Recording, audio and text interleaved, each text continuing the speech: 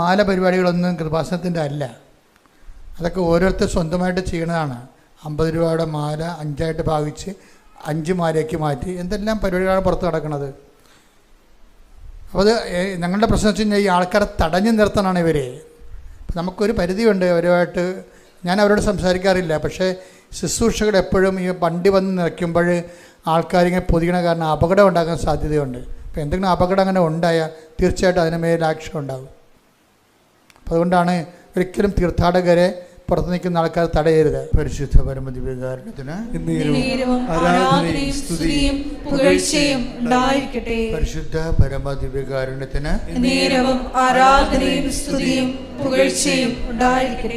പരിശുദ്ധ പരമദിവ്യകാരുണ്യത്തിന്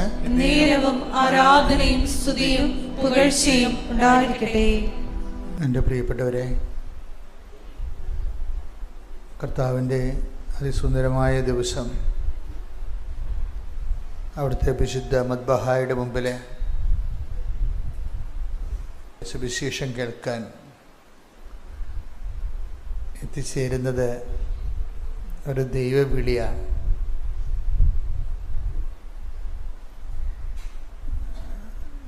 നമ്മുടെ ഉടമ്പടി ധ്യാനത്തിന് 2 ലക്ഷ്യങ്ങളുണ്ട്. അതിലൊന്നാമത്തെ ലക്ഷ്യം നിങ്ങൾ പറയുന്നത് പോലെ പ്രാർത്ഥിച്ചുകൊണ്ടിരിക്കുമ്പോൾ തന്നെ ദൈവാനുഗ്രഹം നേടുക. ദൈവം നമ്മളെ അനുഗ്രഹിക്കുന്ന രീതിയിൽ നമ്മളെ തന്നെ വചനം ശ്രവിച്ചു ഒരുക്കുക. അതിൻ്റെ ഒരു ലക്ഷ്യമാണ്. രണ്ടാമത്തെ ലക്ഷ്യമെന്ന് പറയുന്നത് ഇതിൻ്റെ അകത്ത് കുറേ എൻജിനീയറിംഗ് ഉണ്ട്. അതായത് ദൈവവചനങ്ങൾ ദൈവം ഏത് കാലത്തും ഏത് സമയത്താണ് കൃപ അതിൻ്റെ 100% റിസൾട്ട് നമുക്ക് തരുന്നത്, അഥവാ കൃപ ആർജിക്കാൻ വേണ്ടി നമ്മൾ എങ്ങനെയാണ് നമ്മളെ ട്യൂൺ ചെയ്തെടുക്കേണ്ടത്, അതിൻ്റെ ഒരു എൻജിനീയറിംഗ് ഉണ്ട്.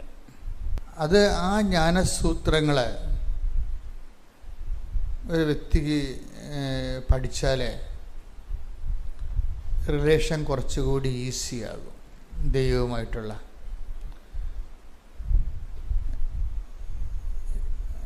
നമ്മുടെ മുമ്പിൽ എപ്പോഴും വന്നിട്ടുള്ള ഒരു ചലഞ്ച് എന്ന് പറയുന്നത് ക്രിസ്ത്യാനിറ്റിയുടെ എല്ലാവിധ അനുഗ്രഹങ്ങളും കൃപകളും എല്ലാം നമ്മളിലേക്ക് വരുന്നതിൻ്റെ പിന്നിൽ ഒറ്റ നോബാണ്. എന്താണ്? ദൈവത്തെ അറിയുക. അത് ഭയങ്കര സീരിയസ് ആയിട്ട് നിങ്ങളെടുക്കണം. ഈ നിത്യജീവൻ പോലും അടിസ്ഥാനപ്പെട്ടിരിക്കുന്നത് ദൈവത്തെ അറിയുന്നതിലൂടെയാണ്. ഡോർ ഓപ്പൺ ചെയ്യുന്നത് എല്ലാ നിത്യജീവൻ്റെ പോലും ഡോർ ഓപ്പൺ ചെയ്യുന്നതും അതെല്ലാം താക്കോലെന്ന് പറയുന്നത് ദൈവത്തെ അറിയുന്നതിലൂടെയാണ്. അപ്പോൾ അനുദിന ജീവിതത്തിലും അത് തന്നെയാണ് വിഷയം.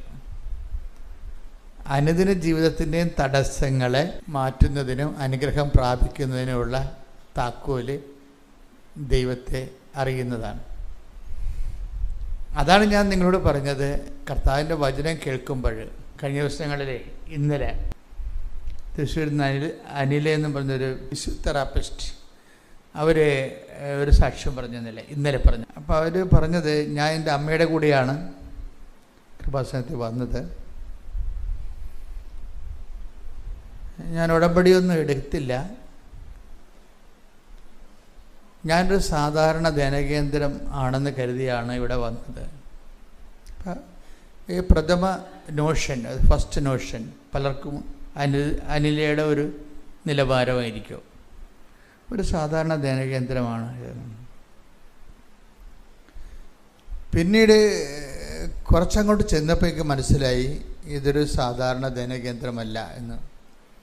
അങ്ങനെ മനസ്സിലാകാൻ കാരണം ഇവർ ഉടമ്പടി എടുത്തിട്ട് വർക്കൗട്ട് ചെയ്തില്ല. അതാണ് പ്രശ്നം. കൃപാസനം ഒരു സാധാരണ ധ്യാനകേന്ദ്രം അല്ലെന്ന് അനിലെ എങ്ങനെ മനസ്സിലായത്? ഉടമ്പടി എടുത്തിട്ട് വർക്കൗട്ട് ചെയ്തില്ല. വർക്കൗട്ട് ചെയ്തില്ലെങ്കിൽ നമ്മൾ ദൈവത്തോട് ചോദിക്കണം, എന്തുകൊണ്ടാണ് ഇതുകൊണ്ട് എൻ്റെ ഉടമ്പടി വർക്കൗട്ട് ചെയ്യാഞ്ഞത്? അപ്പോൾ നമ്മുടെ പ്രഥമ ദൃഷ്ടിയാൽ നമുക്ക് ക്യാഷ് ആൻഡ് കൈൻഡ്, ജോലി, വീട്, വിവാഹം, അങ്ങനെ എന്തെങ്കിലും കാര്യങ്ങളൊക്കെ നമ്മൾ ഉടമ്പടിയിൽ വെക്കണമെങ്കിലും ഇത് ആദ്യത്തെ ഫേസിൽ ചിലർക്ക് വർക്കൗട്ട് ചെയ്യത്തില്ല. അപ്പോൾ വർക്കൗട്ട് ചെയ്യാത്തത് കാരണം അവർ അത് തെറ്റായിട്ട് ഉടമ്പടി ചെയ്തത് കൊണ്ടോ ഉടമ്പടി ഉഴപ്പിയത് കൊണ്ടോ ചിലർക്ക് വർക്കൗട്ട് ചെയ്യത്തില്ല. ചിലർക്ക് ഉടമ്പടി വൃത്തിയും മേനയുമായിട്ട് ചെയ്താലും വർക്കൗട്ട് ചെയ്യത്തില്ല. അപ്പോൾ നിങ്ങൾക്ക് അതെന്ത് പരിപാടിയാണ് അങ്ങനെ പറയണത്? വൃത്തിയും മേനയായിട്ട് ഉടമ്പടി ചെയ്താൽ വർക്കൗട്ട് ചെയ്യുക? അതെ, നിങ്ങളെ കുറച്ചുകൂടി ഗുരുതരമായ ഉടമ്പടിയുടെ ഒത്തിരി ലെസൺസ് ഉണ്ട്. ആധ്യാത്മികതയിൽ അങ്ങനെയാണ്. പ്രഥമ പാഠങ്ങളുണ്ട്. അത് വിശ്വാസത്തിൻ്റെ take the word of God, വിശ്വാസത്തിൻ്റെ പ്രഥമ പാഠങ്ങൾ പിന്നിട്ട് നമുക്ക് പക്വതയിലേക്ക് വളരാം. ശ്രുതികട്ടെ ഹല്ലേലൂയ, ഹല്ലേലൂയ, ഹല്ലേലൂയ, ഹല്ലേലൂയ. യേശുവേ നന്ദി, ഹല്ലേലൂയ, ഹല്ലേലൂയ, ഹല്ലേലൂയ. യേശുവേ ആരാധന, ആരാധന, ഹല്ലേലൂയ. ഹെബ്രായർ 6:1. ഹെബ്രായർ 6-ാം അധ്യായം, ഹെബ്രായ ലേഖനം 6-ാം അധ്യായം 1-ാം വാക്യം. അതിനാൽ ക്രിസ്തുവിന്റെ വചനത്തിന്റെ പ്രഥമ പാഠങ്ങൾ പിന്നിട്ട് നമുക്ക് പക്വതയിലേക്ക് വളരാം. ഈ പ്രഥമ പാഠങ്ങൾ എന്ന് പറയുന്നത് പ്രാർത്ഥിക്കുന്നു, അനുഗ്രഹം പ്രാപിക്കുന്നു, അതാണ് പ്രഥമ പാഠം. കൂടുതൽ കർത്താവ് ഇവരുടെ ഇൻഫ്രാസ്ട്രക്ചർ നോക്കുമ്പോൾ, പരിശുദ്ധാത്മാവ് നിങ്ങളെ വിവേചിക്കുമ്പോൾ കൂടുതൽ പഠിക്കാൻ സാധ്യതയുള്ളവരാണെന്ന് കണ്ടു കഴിഞ്ഞാൽ പ്രഥമ പാഠം തരത്തില്ല. നീ വെയിറ്റ് ചെയ്യാൻ പറയും. അതാണ് വിഷയം. അല്ല, നിങ്ങളിപ്പോൾ ഒരു ഉടമ്പടി എടുത്ത് അത് അനുഗ്രഹം കിട്ടില്ലെങ്കിൽ 4 കാലം വീണ് ഓടണ പാർട്ടിയാണെങ്കിൽ എന്തെങ്കിലും നക്കാപ്പിച്ച കൊടുത്ത് അവിടെ ഇടുകയേ ഉള്ളൂ.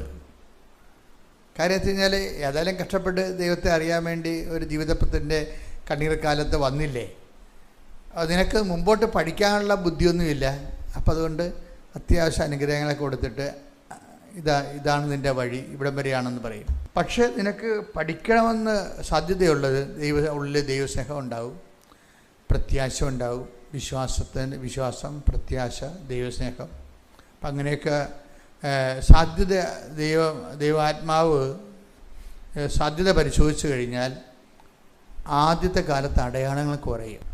അപ്പോൾ എന്നിട്ട് ഈ അടയാളം കുറയുമ്പോൾ ഇവർക്ക് ഈ അടയാളം കുറയുന്നവർക്ക് 90% പേർക്ക് പ്രശ്നങ്ങളൊന്നുമില്ല.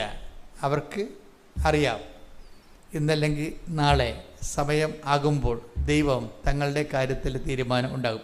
കാര്യം ദൈവത്തിനുള്ള വിഷയം എന്ന് പറയുന്നത് എല്ലാം സാധ്യമാണ്. ദൈവത്തിന് എല്ലാം സാധ്യമാണ്, പക്ഷേ എല്ലാം ഈസി അല്ല.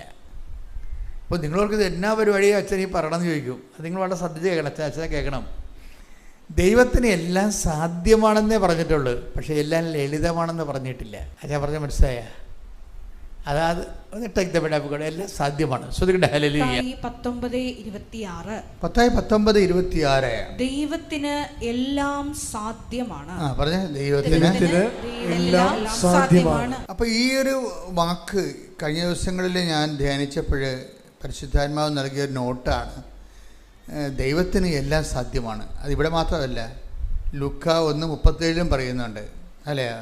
ലൂക്ക 1:37 സ്തുതിക്കട്ടെ ഹല്ലേലൂയ, ഹല്ലേലൂയ, ഹല്ലേലൂയ, ഹല്ലേലൂയ. യേശുവേ നന്ദി, ഹല്ലേലൂയ, ഹല്ലേലൂയ, ഹല്ലേലൂയ, ഹല്ലേലൂയ, ഹല്ലേലൂയ. 1:37 ദൈവത്തിന് ഒന്നും അസാധ്യമല്ല. ദൈവത്തിന് ഒന്നും അസാധ്യം അല്ല. അപ്പോൾ ഇവിടെ ഒരു പ്രശ്നം കിടക്കണമെന്ന് വെച്ച് കഴിഞ്ഞാൽ, പരിശുദ്ധാത്മാവ് കഴിഞ്ഞ ദിവസം എന്നോട് സൂചനയെ തന്നത് ദൈവത്തിന് എല്ലാം സാധ്യമാണ്, പക്ഷേ സാധ്യമാണെന്ന് വിചാരിച്ചുകൊണ്ട് എല്ലാം ലളിതമല്ല, സിമ്പിളല്ല എന്ന്. അത് ഭയങ്കര സീരിയസ് ജ്ഞാനമാണത്. അതെന്താ കാര്യം ലളിതമല്ലെന്ന് പറയാൻ, സിമ്പിളല്ലെന്ന് പറയാൻ കാരണം, സിമ്പിൾ ആയിരുന്നെങ്കിൽ, എന്തുകൊണ്ടാണ് സിമ്പിൾ അല്ലാത്തതിൻ്റെ കാരണം വെച്ചാൽ ദൈവത്തിൻ്റെ നീതിബോധമാണ്. മനസ്സിലായില്ലേ? എല്ലാം ഇപ്പം നിങ്ങൾ പഠിച്ചില്ലേലും മറ്റവൻ്റെ കോപ്പി അടിച്ചാൽ ജയിക്കുമെന്നുണ്ടെങ്കിൽ എന്ത് സിമ്പിളാണ്. കോപ്പി അടിച്ചാലേ അടുത്ത് നിൽക്കണവൻ്റെ പരീക്ഷയിൽ നിന്ന് കോപ്പി അടിച്ചാൽ ജയിക്കുമെങ്കിൽ എന്ത് സിമ്പിളാണ്. പഠനം അത്ര സിമ്പിളല്ല, പരീക്ഷ ജയിക്കണം അത്ര സിമ്പിളല്ല. കാര്യം എന്താണ്? പഠിച്ചിട്ട് തന്നെയാണ് ജയിക്കേണ്ടത്. അതൊരു നീതിയുണ്ട് എൻ്റെ അടുത്ത്. എല്ലാ കാര്യത്തിലും നീതിയുണ്ട്. ശരിക്കും ദൈവ പൈതലിന് നീതി പൈതലെന്നാണ് ബൈബിൾ വിളിക്കുന്നത്. നീതി പൈതൽ എപ്പോഴും ഓർത്തേക്കണം. ഈ കവനൻ്റും ഈ കവനൻ്റ് ആൻഡ് നീതി പൈതൽ ബന്ധമുള്ളതാണ്. അപ്പോൾ നിങ്ങളിങ്ങനെ നീതി പൈതലെന്ന് ചിലപ്പോൾ കേട്ട് കാണത്തില്ലായിരിക്കും. അതായത് കഴിഞ്ഞ ദിവസങ്ങളിൽ ഇവിടെ ജോസ്ന ആൻ്റണി എന്നും പറഞ്ഞൊരു മോൾ സാക്ഷ്യം പറഞ്ഞു.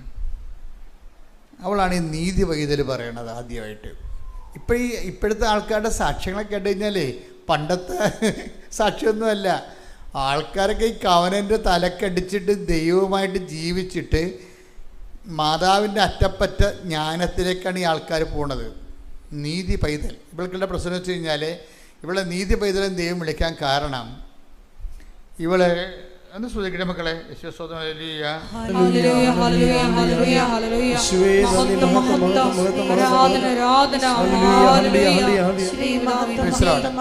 ഇവിടെ മെഡിക്കലിന് ഫിറ്റല്ല ആളെ. അതാണ് പ്രശ്നം. മെഡിക്കലിന് വെച്ച് കഴിഞ്ഞാൽ നട്ടലിനൊരു വളവുണ്ട്, എക്സ്റേയിലും ആ വളവുണ്ട്. അപ്പോൾ അങ്ങനെ വന്നപ്പോഴേ ഇനി ഇവൾക്ക് കയറിപ്പോണമെന്നുണ്ടെങ്കിൽ മൂന്നാമത്തെ മെഡിക്കൽ വരണം. ആ മെഡിക്കലിന് പോകാൻ നേരത്ത് ജോസ്ന ആൻ്റണി പരിശുദ്ധാത്മാവ്, ഈ പരിശുദ്ധാത്മാവ് നിറയുമ്പോൾ ഉണ്ടാകുന്നൊരു ഗുണം, ഇത് വേൾഡിലായിട്ടുള്ള വിഷയങ്ങളിൽ നിന്ന് നമ്മളെ തെറ്റിച്ചിട്ട് ആധ്യാത്മികത ആ ഒരു റേഞ്ചിലേക്ക് നമ്മളെ കൊണ്ടുവരും. അപ്പോൾ ജോസ്ന മെഡിക്കലിൽ നിൽക്കുകയാണ്. അവളുടെ ലൈഫ് ഒന്നെങ്കിൽ സ്ഥലം നോയാകാൻ പോവുകയും, ഒന്നെങ്കിൽ അവൾ രക്ഷപ്പെട്ട് കയറിപ്പോവും, അല്ലെങ്കിൽ ഇതിനാലെ അവളുടെ ജീവിതം ഒടുങ്ങും. അപ്പോൾ ലാസ്റ്റ് ഓപ്ഷനിൽ നിൽക്കുമ്പോൾ ഇവൾ പറയുന്ന ഒരു ജ്ഞാനമുണ്ട്. കർത്താവേ, ഞാൻ എൻ്റെ ജീവിതത്തിൻ്റെ ലാസ്റ്റ് തിരഞ്ഞെടുപ്പ് നിൽക്കുകയാണ്. ചിലപ്പോൾ ഞാൻ മെഡിക്കലിനെ തോക്കും, ഞാൻ ഔട്ടാകും. ചിലപ്പോൾ ഞാൻ മെഡിക്കലിനെ ജയിക്കും, ഞാൻ കയറിപ്പോകും. പക്ഷെ ഒരു കാര്യം നമ്മൾ തമ്മിലൊരു ധാരണ വേണം. ഞാൻ നേരത്തെ ഒപ്പിട്ട് തരികയും ഞാൻ തോറ്റാലും ജയിച്ചാലും നമ്മൾ തമ്മിലുള്ള റിലേഷൻ ഒരു കുഴപ്പമുണ്ടാകത്തില്ല. ഇതാണ് കവനൻ്റെ റിലേഷനിൽ കയറി പോണത്. അവരുടെ ദൈവമായിട്ടുള്ളൊരു ബന്ധത്തെ ഒരിക്കലും ഒരു മെറ്റീരിയൽ ബെനഫിറ്റ്സുമായിട്ട് ആണ് നമ്മൾ ഉടമ്പടിയുടെ ആദ്യ കാലങ്ങളിൽ അങ്ങനെയാണ് മനുഷ്യൻ ദൈവാനുഗ്രഹത്തെ നമുക്ക് ലഭിക്കുന്ന ദൈവാനുഗ്രഹത്തെ നമുക്ക് ലഭിക്കുന്ന ഫിസിക്കൽ ബെനഫിറ്റ്സുമായിട്ട് നമ്മൾ ലിങ്ക് ചെയ്യും. എന്നുവെച്ചാൽ ഭൗതികമായ ആനുകൂല്യങ്ങളുമായിട്ട് നമ്മൾ ദൈവത്തിനെ ലിങ്ക് ചെയ്യും. ഈ ലിങ്ക് ചെയ്യുന്ന തൊടൽ ഇവിടെ പൊട്ടിച്ച് കളയും. മെഡിക്കലിൽ നിൽക്കുകയാണ്, കർത്താവ് എൻ്റെ ഒരു ബോഡി വളവുണ്ടെന്ന് എനിക്കറിയാം, ഐ നോ ഇറ്റ്. എൻ്റെ നട്ടലിന് വളവുണ്ടെന്ന് എനിക്കറിയാം, ആ മെഡിക്കലി പ്രൂവ് ചെയ്ത കാര്യമാണ്, എൻ്റെ എക്സ്റേ എൻ്റെ കയ്യിലുണ്ട്. പക്ഷേ എനിക്ക് കയറിപ്പോയിരിക്കാൻ പറ്റത്തുമില്ല. പക്ഷെ ഞാൻ മെഡിക്കലിൽ ചിലപ്പോൾ ജയിക്കും, ചിലപ്പോൾ തോക്കും. പക്ഷെ ഒരു കാര്യം നമ്മൾ തമ്മിൽ നേരത്തെ ഒരു ധാരണ വേണം. എന്താണ്? ഞാൻ തോറ്റാലും നമ്മൾ തമ്മിലുള്ള റിലേഷന് ഒരു കുഴപ്പം ഉണ്ടാകത്തില്ലെന്ന്. അത് പരിശുദ്ധാത്മാവ് ഉണ്ടെങ്കിൽ മാത്രമേ അങ്ങനെ ഒരു നിലപാട് നേരത്തെ ഒരു മുൻകൂർ ജാമ്യം എടുക്കുകയും. കാര്യം ഇതിനെന്ന് വെച്ചാൽ ഒരു 10-75 മാർക്കുണ്ട് ഈ ഒറ്റ ഉത്തരത്തിന്. ഒറ്റ ഉത്തരത്തിന് 75 മാർക്കാണ്. എന്ന് വെച്ച് കഴിഞ്ഞാൽ ഇവിടെ നേരത്തെ പറയുകയാണ്, നമ്മൾ ഈ വിഷയത്തിൽ ഞാൻ ജീവിതത്തിൽ തോറ്റാലും നമ്മൾ തമ്മിലുള്ള റിലേഷനെ ഇത് ബാധിക്കുന്നതല്ല. ആ റിലേഷൻ പോലെ തന്നെ മുന്നോട്ട് പോകും. അതിൻ്റെ കാരണം വെച്ച് കഴിഞ്ഞാൽ ഇവർ ഈ ഉടമ്പടി കാലത്തിനുള്ളിൽ ഈശോയുമായിട്ട് പരിശുദ്ധ അമ്മ വഴി ഇവർ നല്ലൊരു റിലേഷനിൽ ചെന്നായിരുന്നു. എന്നിട്ട് ഇവർ എപ്പോഴും ഈശോയോട് പറഞ്ഞു, ഈശോ ഉടമ്പടി നിയോഗം നീ തന്നെയാണെന്ന് പറയും. അതാണ് വിഷയം. അങ്ങനെ ഒരു ദൈവാനുഭവത്തിലേക്ക് ഇവർ ചെന്നായിരുന്നു. എന്താ പറയും? ഈശോ ഉടമ്പടിയുടെ നിയോഗം, എൻ്റെ നിയോഗം നീ തന്നെയാണ്, ബാക്കിയെല്ലാം ഇഫക്ട്സ് ആണ് എൻ്റെ. ബാക്കിയുള്ള ക്യാഷ് ആൻഡ് കൈൻഡ് ആയിട്ടുള്ള മെറ്റീരിയൽ ബെനിഫിറ്റ്സ് എല്ലാം നീ തന്നാൽ ഞാൻ വാങ്ങിക്കും, ഐ ആം ഹാപ്പി. നീ തന്നില്ലെങ്കിൽ ഞാൻ ഹാപ്പി. കാര്യം എന്താണ്? എൻ്റെ നിയോഗം നീയാണെന്ന്. ദൈവസ്നേഹമാണ്. അത് പരിശുദ്ധാത്മ നിറയുമ്പോഴുണ്ടാകുന്ന ഒരു ജ്ഞാനമായിട്ട് വരണത്. അച്ഛൻ നിങ്ങൾക്ക് വേണ്ടി അതുവേണ്ടി പ്രാർത്ഥിക്കാം. ആ ജ്ഞാനത്തിൻ്റെ അഭിഷേകത്തിനായി എൻ്റെ മക്കൾ ഇടിമുഴക്കം പോലെ ശ്രദ്ധിച്ച്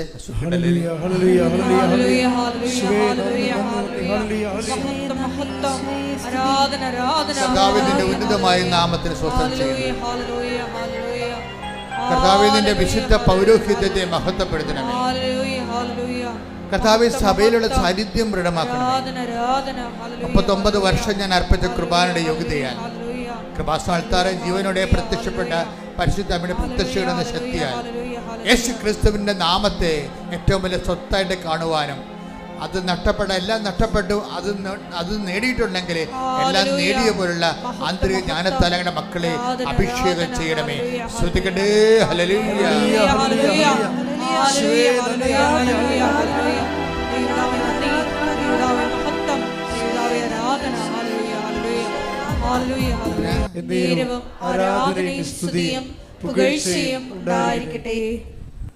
അവൾക്ക് കുവൈറ്റിലോ ബഹ്റൈനിലോ ഗൾഫ് രാജ്യങ്ങളിലേക്കാണ് പോകേണ്ടത്.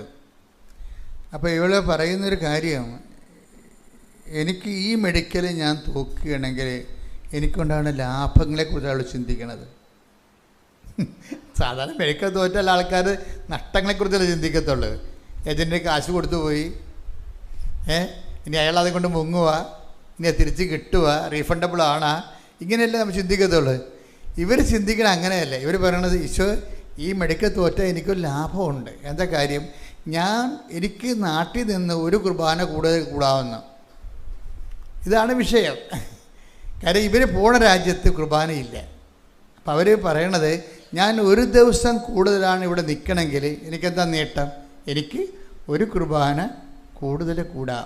അപ്പം ഇവർ തമ്മിലുള്ളൊരു ബന്ധവും റിലേഷനും ഒക്കെ വേറെ ലെവലിലേക്ക് പോവുകയാണ്. ഇനി രസം എന്താ വെച്ച് കഴിഞ്ഞാൽ, ഇവർക്ക് സങ്കടം വരുമ്പോൾ ഇവളെന്ത് ചെയ്യുന്നത് വെച്ച് കഴിഞ്ഞാൽ, പുറയിൽ മാതാവിൻ്റെ ഈശോൻ്റെ രൂപത്തിൻ്റെ പറയുന്നിട്ട് ഇവർ സെൽഫി എടുക്കും. ഇങ്ങനെ അതാ വിഷയം. നമ്മൾ കൂട്ടുകാരുമായിട്ടല്ലേ സെൽഫി എടുക്കുന്നത്. അതായത് ദൈവസ്നേഹത്തിൻ്റെ വ്യത്യസ്തമായ ലെവലാണ് ഈ ലെവല്. അതായത് ആധുനിക കാലത്ത് മനുഷ്യൻ ആധുനികമായ സംവിധാനങ്ങളോട് ജീവിക്കുമ്പോൾ അതിനെ എങ്ങനെയാണ് അവരുടെ ആ റിലേഷനെ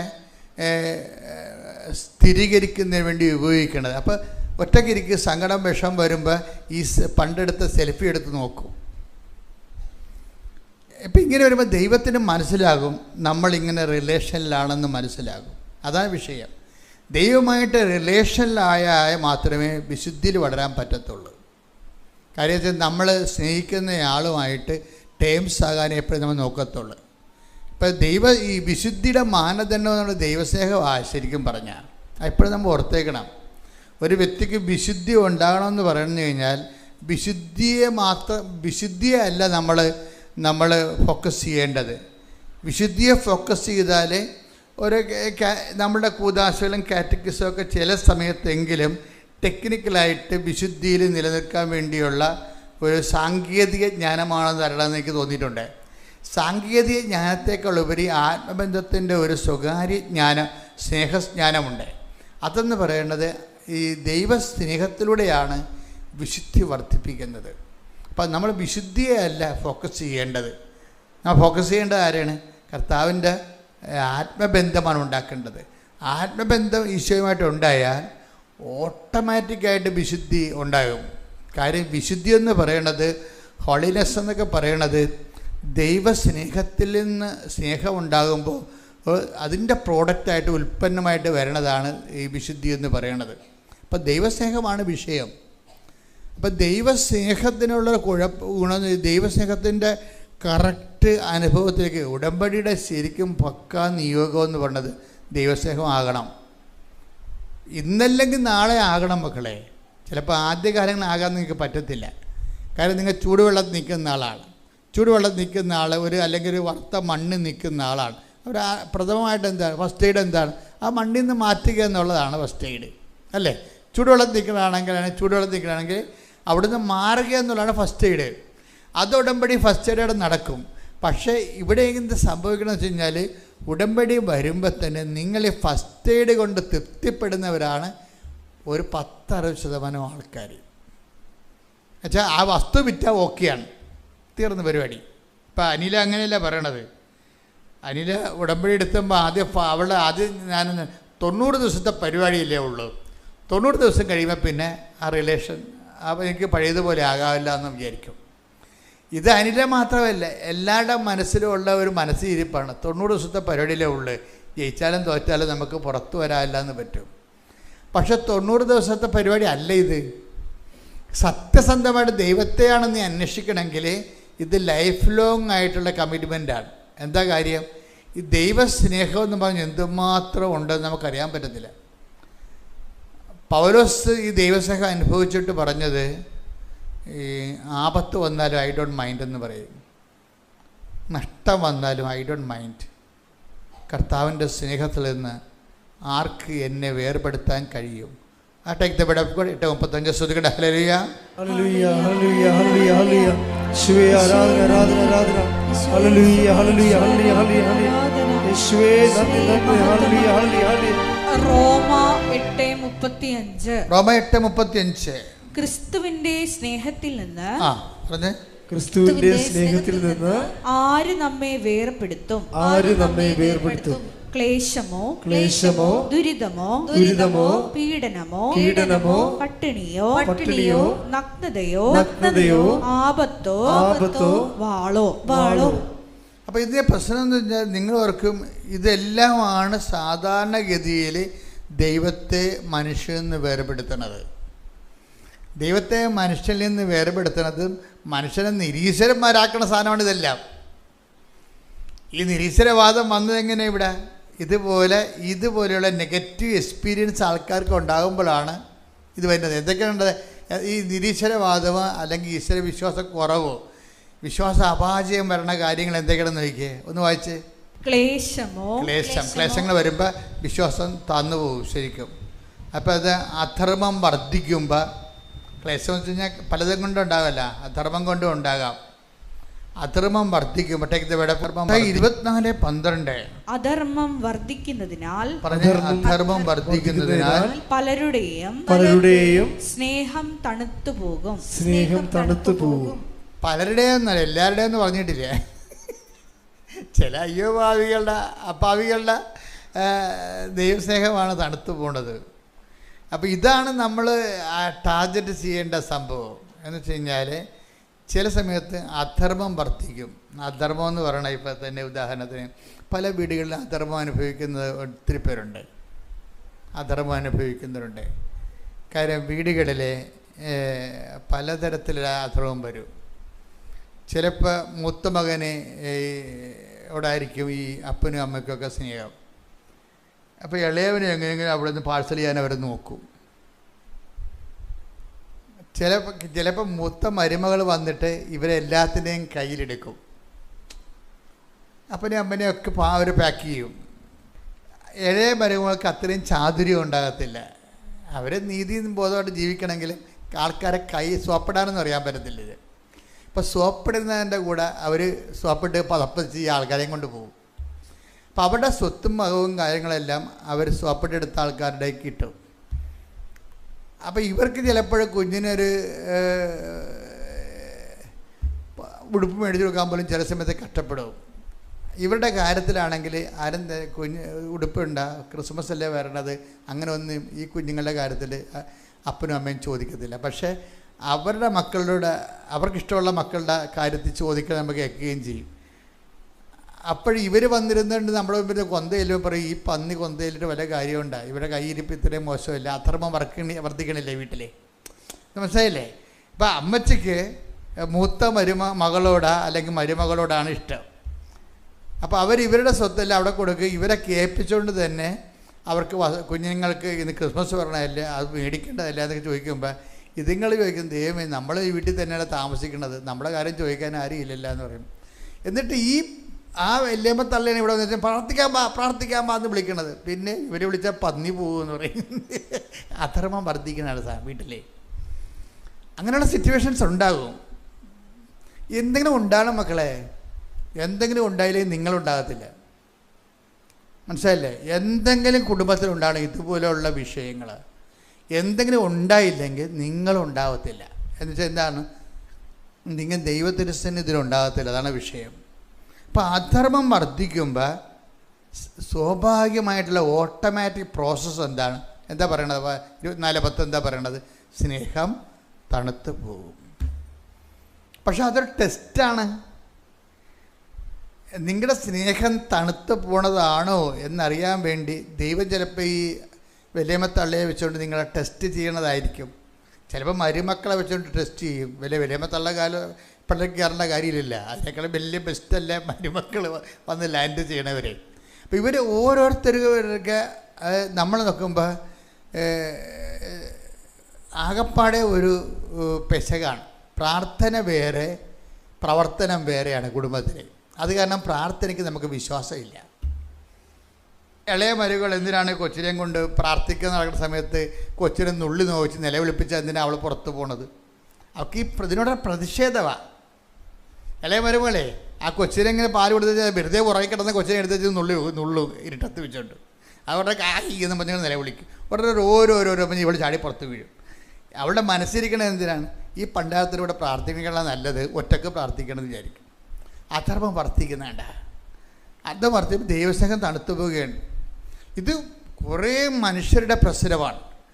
എന്ന് വെച്ചാൽ നിങ്ങളുടെ പല ദൈവസ്നേഹവും അളക്കണതും തൂക്കണതും അത് വെരിഫൈ ചെയ്യണതെല്ലാം വീട്ടിലുണ്ടാകുന്ന ചില ചിലവർ ഇവരെന്തിനാണ് കുർബാന സ്വീകരിക്കണത്? ഇവർ വീട്ടിൽ വന്ന് കാണിക്കുന്ന കാട്ടായം കണ്ടു കഴിഞ്ഞാൽ ദൈവം പോലും ആ നാട്ടിൽ നിന്ന് ഓടിക്കളയെന്ന് പറയും. കാര്യം ശരിയാണ്. അതുകൊണ്ട് തന്നെയാണ് പല ആൾക്കാരുടെയും വിശ്വാസം തണുത്തു പോയിരിക്കണത്. വീട്ടിൽ കാണിക്കുന്ന അപ്പം നിങ്ങൾ ഉടമ്പടിയിലാകുമ്പോൾ എപ്പോഴും വിഷയം എന്ന് വെച്ചാൽ ഉടമ്പടിയിലൊരു വാക്കുണ്ട്, യശ്രൂം. കഴിഞ്ഞ ദിവസങ്ങളിലെ ജോസ്നയുടെ സാക്ഷ്യങ്ങളാണത് ഞാൻ കണ്ടത്. ഞാൻ മുമ്പ് പറഞ്ഞ പോലെ മെഡിക്കലിൽ നിൽക്കുകയാണ്. ആദ്യത്തെ മെഡിക്കൽ പൊട്ടിപ്പോയി, നടുവ് വളഞ്ഞിരിക്കുകയാണ്, എല്ല് വളഞ്ഞിരിക്കുകയാണ്, പൊട്ടിപ്പോയി. ആ പൊട്ടിയ വളഞ്ഞ നടുവെല്ലും കൊണ്ട് തന്നെ വീണ്ടും മെഡിക്കലിൽ നിൽക്കുമ്പോൾ കർത്താവ് അവളോട് കുറേ വാക്കുകൾ പറയും. കർത്താവിനോട് അവൾ ആദ്യം പറയുന്നത് എന്താണെന്ന് വെച്ച് കഴിഞ്ഞാൽ, ജീസസ്, ഞാൻ എൻ്റെ ജീവിതത്തിൻ്റെ ഒരു ലാസ്റ്റ് ഓപ്ഷനിൽ നിൽക്കുകയാണ്. ചിലപ്പോൾ ഞാൻ കയറിപ്പോകും, ചിലപ്പോൾ ഞാൻ വീണു പോകും. ഒരു കാര്യം നമ്മളൊരു ധാരണ വേണം, ഞാൻ തോറ്റാലും വീണാലും നമ്മൾ തമ്മിലുള്ള സ്നേഹത്തിന് യാതൊരു ഉടച്ചിലും ഉണ്ടാകത്തില്ല, ഒരു പോറൽ പോലും ഏൽക്കത്തില്ലെന്ന് പറയും. അപ്പോഴുടനെ പരിശുദ്ധാത്മാവ് ഇവിടെ നാവിലേക്ക് പറയും, ഭയങ്കര ഒരു വചനം കൊടുക്കും.